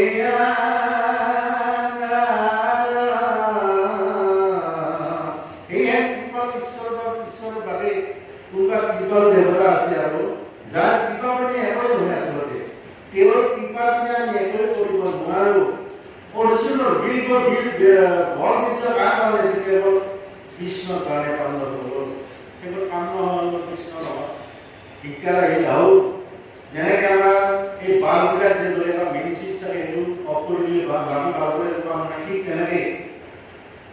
কৃষ্ণ অবিহনে আমার এই প্রকৃতি অর্থাৎ দেহাটো একো কাম নাই কেউ কৃপা বিনে হীরা হেনয় বান্ধব মাধব লোকে ও ভগতি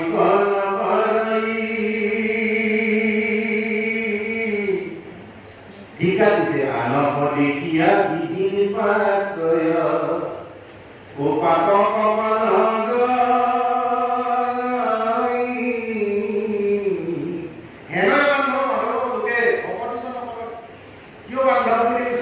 অন্য বন্ধু বান্ধব হৈছে মিছা ধুলি দিয়া কিন্তু কৃষ্ণ বান্ধৱ কৃষ্ণ বন্ধুৰ নিচিনা শ্ৰেষ্ঠ বন্ধু নাই অন্য বন্ধু বান্ধৱ বিলাকে চব এৰি যাব কিন্তু কৃষ্ণ বন্ধু সদায় থাকিব লগত বাকী বন্ধু বান্ধৱী ধুনীয়া সেইকাৰণে স্বামী স্ত্ৰীও এই যে নাৰীবিলাকৰ স্বামীবিলাক যিবিলাক হৈছে মায়া স্বামী আচল স্বামী তাই কৃষ্ণ স্বামী সেইকাৰণে ৰাধাই যে কৃষ্ণক ভজনা কৰিছিল ভাগৱতত ৰাধাৰ কথা উল্লেখ নাই ৰাধাৰ এটা কলংক দিয়া আহে যদিও কিন্তু তাত্বিক অৰ্থ ৰাসক ক্ৰীড়া সেই কথাটো ৰাধা মানে ভকত আৰু এইবিলাক হৈছে মায়াৰ স্বামী আচল স্বামী হৈছে কৃষ্ণ স্বামী ৰাধা আয়নৰ ঘৈণীয়েক সেইকাৰণে এইবিলাক স্বামী এদিন নাৰীবিলাকে এৰি যাব হয়তো নাৰীজন যাব আগতে স্বামীজন যাব আগতে মায়া আচল স্বামী হৈছে কৃষ্ণ স্বামী। আমি ৰাধা পালন কৰা লোকগীত আছে, মাইকৈ জ্বলি নাযায় ও হৰিয়ে কলঙ্কিনী ৰাধা, আই বাপাই নাম দিছে, আই বাপাই নাম দিছে, কানুহাৰাম জাগা মাইকৈ জ্বলি নাযায়। স্বৰ্গীয় ভগৱতদেৱ বৰদা গাইছে। গতিকে ৰাধা কলংকটো যিটো দিওঁ আমি অন্য স্বামী বজা আত্মিক দিশত এইটো নহয়। এইবিলাক স্বামী হৈছে আমাৰ মিছা মায়া স্বামী, আচল স্বামী হৈছে কৃষ্ণ স্বামী। হে ৰাম তাৰ বাক্যে ভকতিতে জীয়া ও নকৰা বিশ্বাস, দুষ্ট পবঞ্চিয়া হৃদয়ত দিয়া ও ভকতিৰ নিজ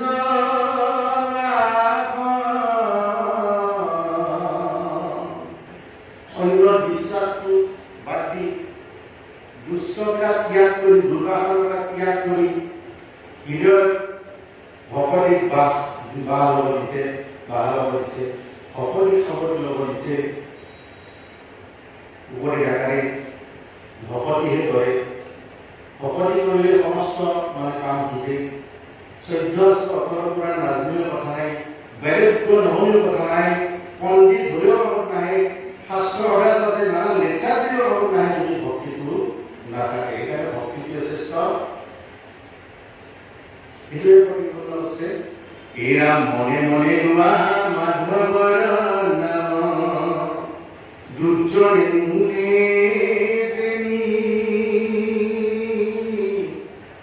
ভকতি মেলিলে ভকত বৎসলে, ও কুচাইব সবি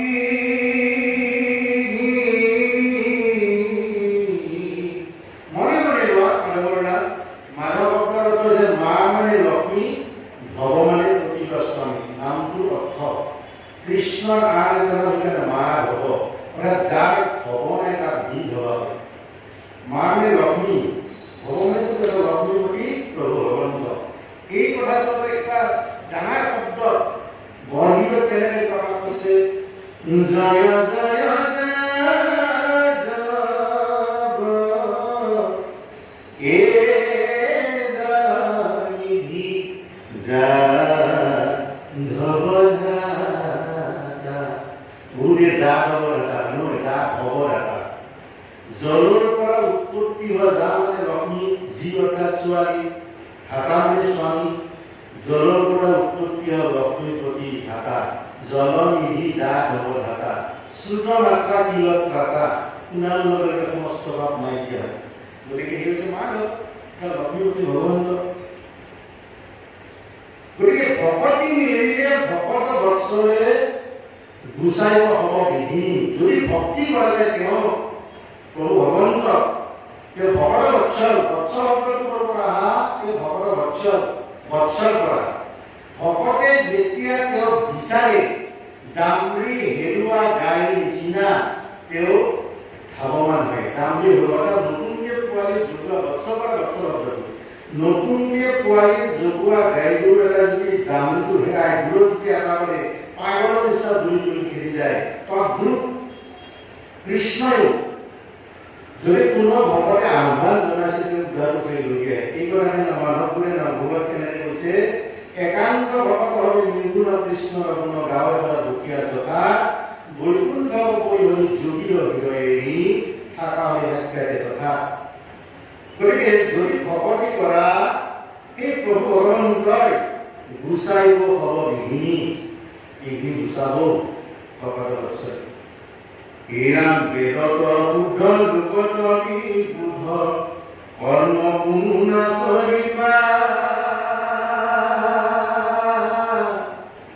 কুকুৰ পৰাগি ডিঙি নেমি দিবা, ভকতি দেৱে ডাকিবা। বেদৰ অশুদ্ধ লোকৰ বিৰোধ কৰি কৰ্ম কোনো নাচৰিবা, বেদৰ সকাম কৰ্ম কৰি কৰ্মকাণ্ড জীৱনটো অতিবাহিত কৰিব মানা কৰিছে। কুকুৰৰ কাৰণে সিংহে নেমেলিবা, ভকতে জয় ৰাখিবা। কুকুৰে সিংহক মানে খেপ দিলে হ'ব নেকি?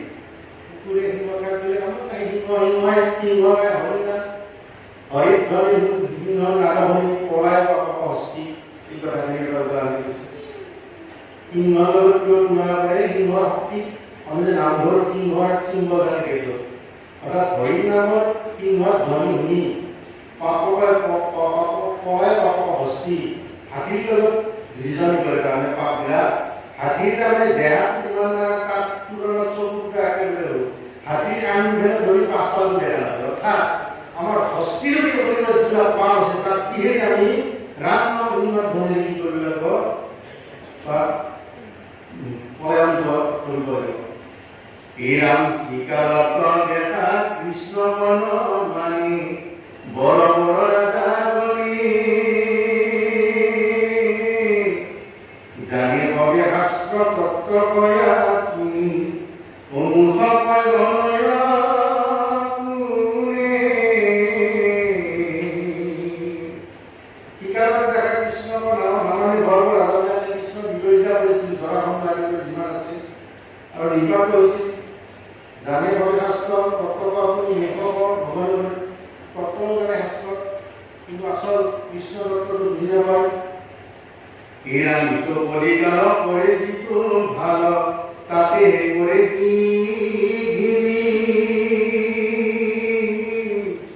বুজি অভিপ্ৰায় অধৰ্ময়ে দিবা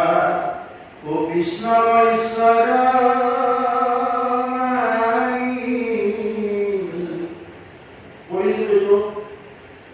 কলিযুগতো জানে চব দূষিত, খাদ্য দূষিত, দ্ৰব্য দূষিত, দেহ দূষিত, মন দূষিত, সকলো দূষিত।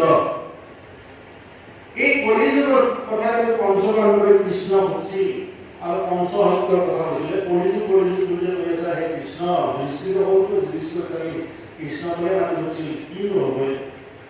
তেতিয়া কৃষ্ণ কৈছিল বাৰু সেনেকৈ কোৱা সেনেকৈ কথা হ'ল আপোনালোকে পাছত যে 5 দিশত যাব কি দেখে মোক কওক। এনেতে যুধিষ্ঠিৰে গেল প্ৰথমতে যুধিষ্ঠিৰে যায় কি দেখা বোলে এটা হাতী দেখা বোলে দুডেল ফুলৰ হাতী, হাতীৰ দুডেল ফুটা দেখা পায়। আহি যুধিষ্ঠিৰে ক'লা কৃষ্ণক এই দুডেল ফুলৰ হাতী দেখা বোলে সেইটো ডাঙৰ কথা। কলিযুগত দুমুখীয়া হ'ব মানুহ, মুখতে পেটতে বজা কৰে দুখে নেকি উৎপন্ন কৰিব আৰু দুমুখীয়া হ'ব মানুহবিলাক মুখতে পেটতে মুখত বেলেগ ভিতৰত বেলেগ। ইবাৰে নাই ধীৰে ধীৰে কি দেখা পালা গাইটোৰ এটা পোৱালি জগছে পোৱালিটো দামটো কেনেকৈ চেলফি হাৰা হৈ গৈছে। ধীৰে মানে কি দেখা পালো বোলে সেইটোতো ডাঙৰ কথা। কলিযুগৰ পিতৃ মাতৃয়ে বৰ্তমান ল'ৰা ছোৱালীক মৰম কৰি কৰি হাৰা হৈ গ'ল চেলফি ডাঙৰ বাবা সৰু বাবা মাৰি মৰম কৰি কৰি তুলি দিব ডাঙৰ বাবা ভেটি গ'ল। চেলফি বা ডাঙৰ বেছিকে এনে অৱস্থা হৈ গ'ল। তাৰমানে বহুত পিতৃ মাতৃয়ে পুত্ৰ ল'ৰা ছোৱালী কৰি চলে, সেইটো ভুল আচলতে চলাব লাগিব যদি তাৰ শুদ্ধ পজিটিভ দিশ থাকে।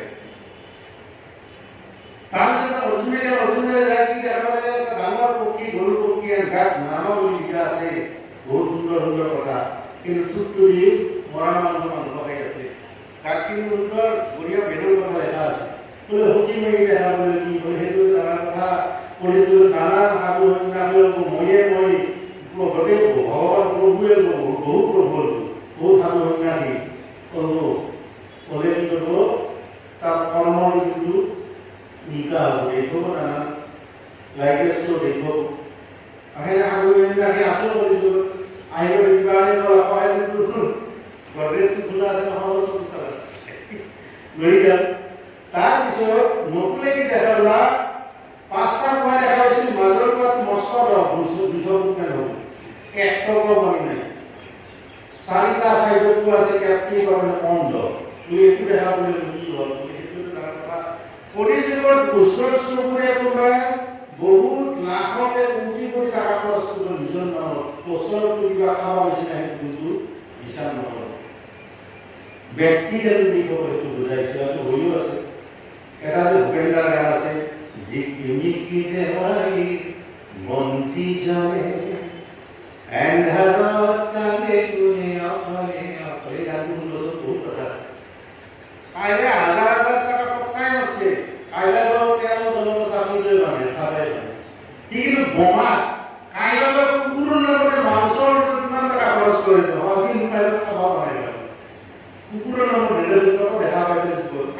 খেলি লৈছে কথাটো কুকুৰক মেৰে কি সুন্দৰকৈ হয় কিন্তু মাইকাপক চাবা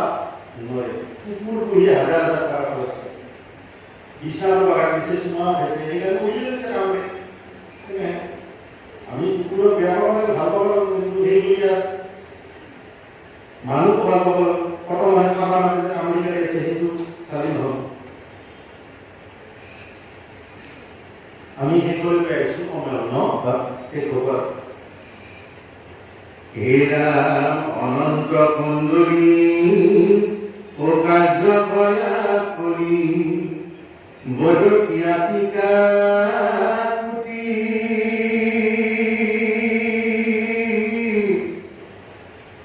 যাৱে থাকে প্ৰাণ বোলা ৰাম ৰাম ও তাক কিছু নাহি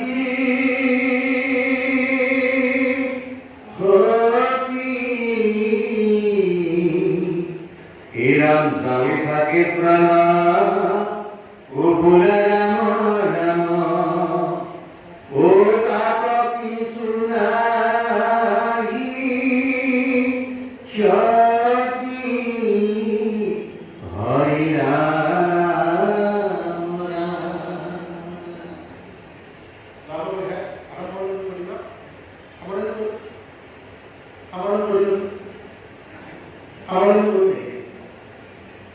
কি কয় আমার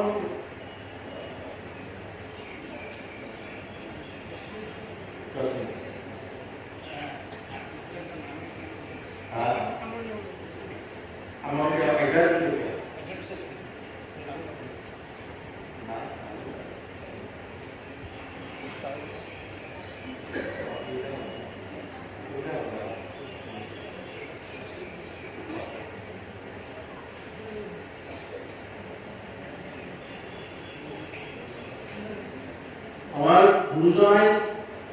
বারোপুরি বর্গে পিটিছিলে আপনাদের জানেন বনপুরা কুড়িয়াল কমলা 22 নম্বর বাগানে মুখস্থ কৰিব নিছিল আগতকৈ আজিকালি দৰে ডিজিটেল যুগ নাছিল ৰেকৰ্ডিং কৰি থব পৰা মুখস্থ কৰিব নাছিল তাৰে 34টা বৰ্গে ভগৱানৰ মুখে মুখে ৰয় আৰু মনত দুখতে বৰাকো কৈছে হে বৰাকো তুমিয়ে পঢ়া পিছত লিখে পঢ়াটোৱে তাৰে এটা বৰ্গিত সংঘাত কি বুলি কৈছে অলপমান বৰ্গিত নহয় নহ'বা বিষয় বিখে জৰা জীবন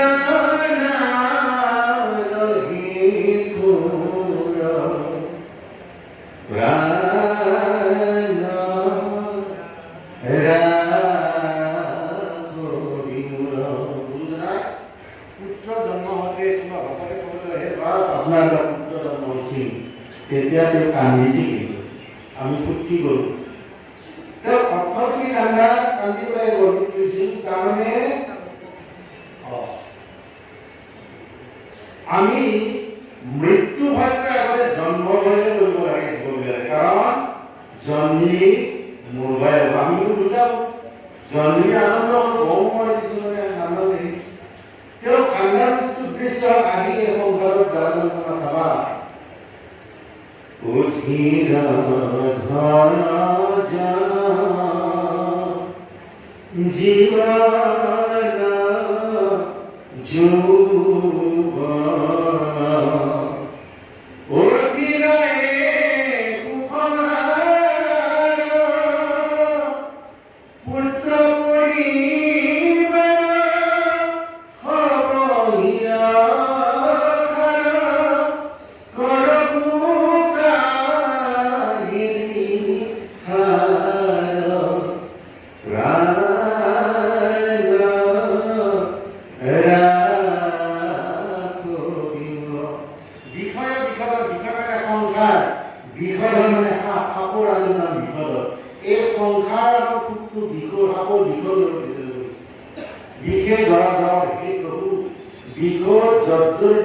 জীবন নাৰ হয়ে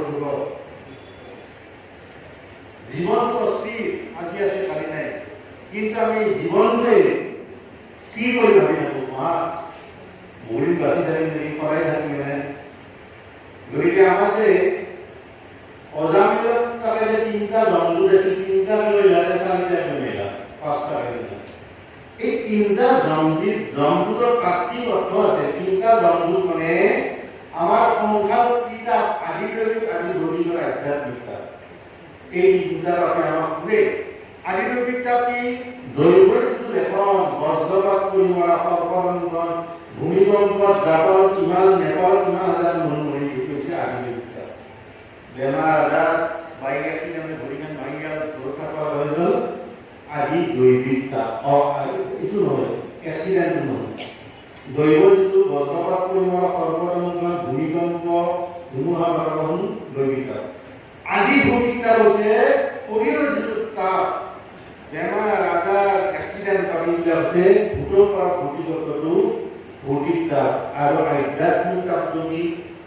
মৃত্যুৰ যিটো ঝাটকা তুংগাবলী ভাৱটো আহিব আমি যাম সেই ভাৱটো কিন্তু তেতিয়াহে নাহে মায়া থকাৰ কাৰণে।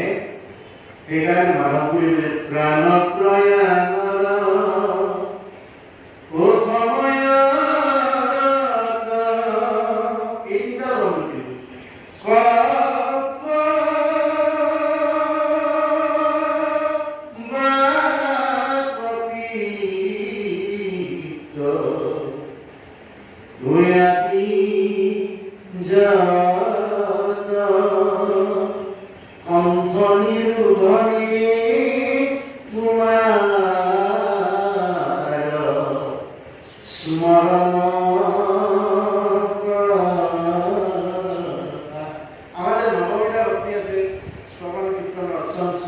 স্মৰণ ভক্তিটো হাত আৰু ভৰি দৌৰোৱা যেতিয়া হাত আৰু ভৰি দৌৰোৱা নহয় তাই ভক্তিটো প্ৰাণ প্ৰাণ 3টা জন্তুৰে যেতিয়া পগাত হেঁচা মাৰি দিব তেতিয়া মাত নহয় ভৰি দুইটা শক্ত হয় কপে ধৰি আহি আৰু এই মানি কি কৰে আমাৰ গল্লাক আহিলে চাবলৈ কি কাম কৰে নম্ৰা মানুহটো গল্লা কৰি সকলোৱে মাৰি এই গল্লা কাম নাই কি হ'ব এই হৰিণা কিন্তু গল্লা কৰি ভাল লাগে ভাল সৰ্বেলি ৰক্ষা কৰে মলিৰ মানুহে ভাল পায় ইমান কপত পৰিশ্ৰম কৰি দিব মানুহ সৰ্বেলি ৰক্ষা কৰি গল্লা কাটি লৈ যাব সিও দিছে আমাৰ লাগে। গতিকে প্ৰাণ প্ৰেমৰ সময়ত তোমাক বাহিৰে এই যে গজেন্দ্ৰ তত্ত্বটো আমাৰ শৰীৰৰ তত্ত্ব অহংকাৰ তত্ত্বটো 24টা তত্ত্ব দেহটো তৈয়াৰ হৈছে পঞ্চভূত পঞ্চপ্ৰাণ তৃতীয় গুৰু কংগ্ৰেছ পঞ্চপ্ৰাণ প্ৰাণতা জ্ঞান সমাধান দশাকে চিত্তমান বুদ্ধি অহংকাৰ এটা তত্ত্ব চব মাহটো বেছি দিয়ে চলটো অহংকাৰ তত্ত্ব পুৰুষৰ কাজিয়া পিছৰ ভাবি মান আছে কামৰ পিছৰ চব মিলে দিছে। এতিয়া মহাভাৰতৰ কিছুমান নাম আমাৰ বহুত কথা সোমাই আছে নতুন প্ৰজন্মই জানিব লাগে ছাত্ৰ ছাত্ৰী সকলো লেংৰা দিব এই ভিডিঅ' কাৰণ আছে তাৰমানে গান্ধাৰীক বিয়াদিছিল প্ৰথমতে ভেড়া ছাগলী এটা ল'লো আমাৰ হিন্দু সনাতন ধৰ্মৰ এটা নিয়ম আছে কি তোলনি বিয়া যে হয় কিছুমানৰ ইষ্ট থাকে এই গণনা বুলি এটা স্বামী মৰাৰ ইষ্ট থাকে। গতিকে গান্ধাৰীৰ এনেকুৱা ইষ্ট আছিল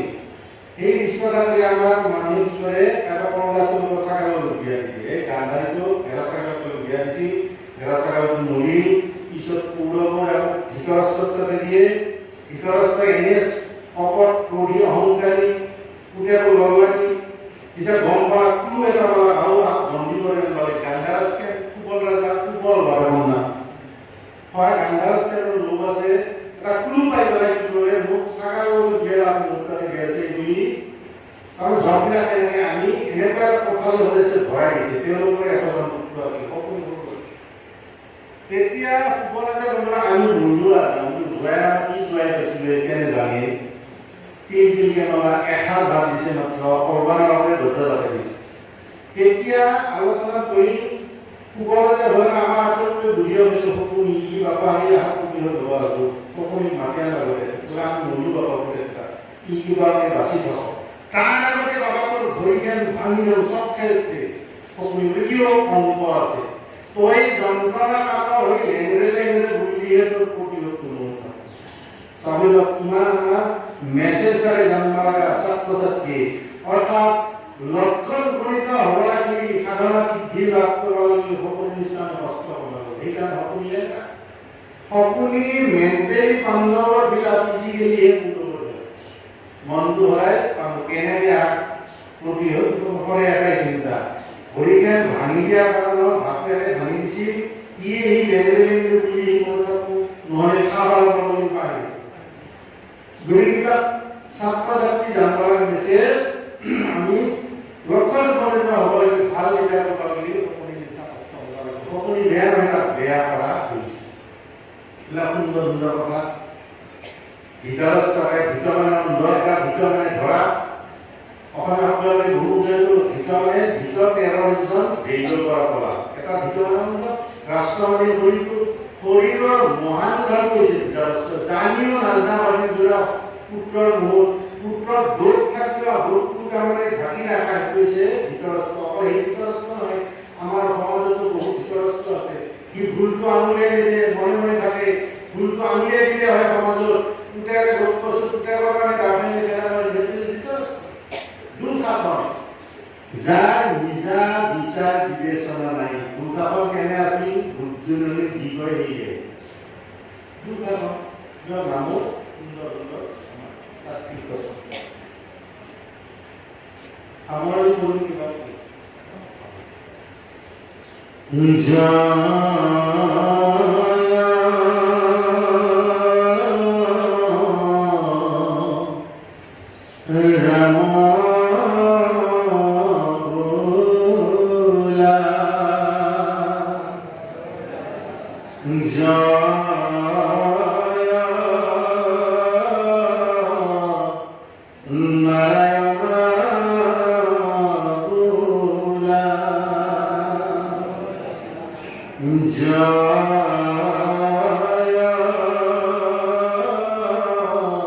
কৃষ্ণ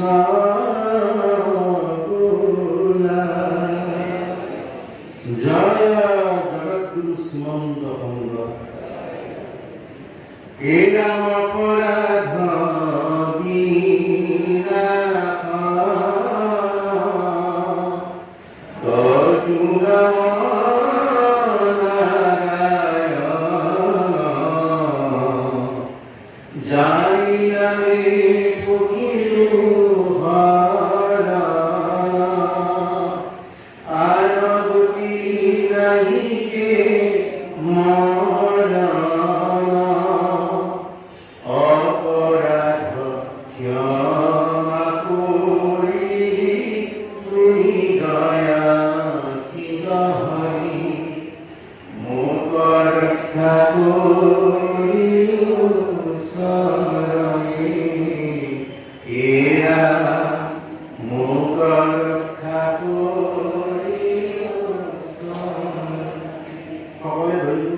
শ্ৰীমন্ত শঙ্কৰ হৰি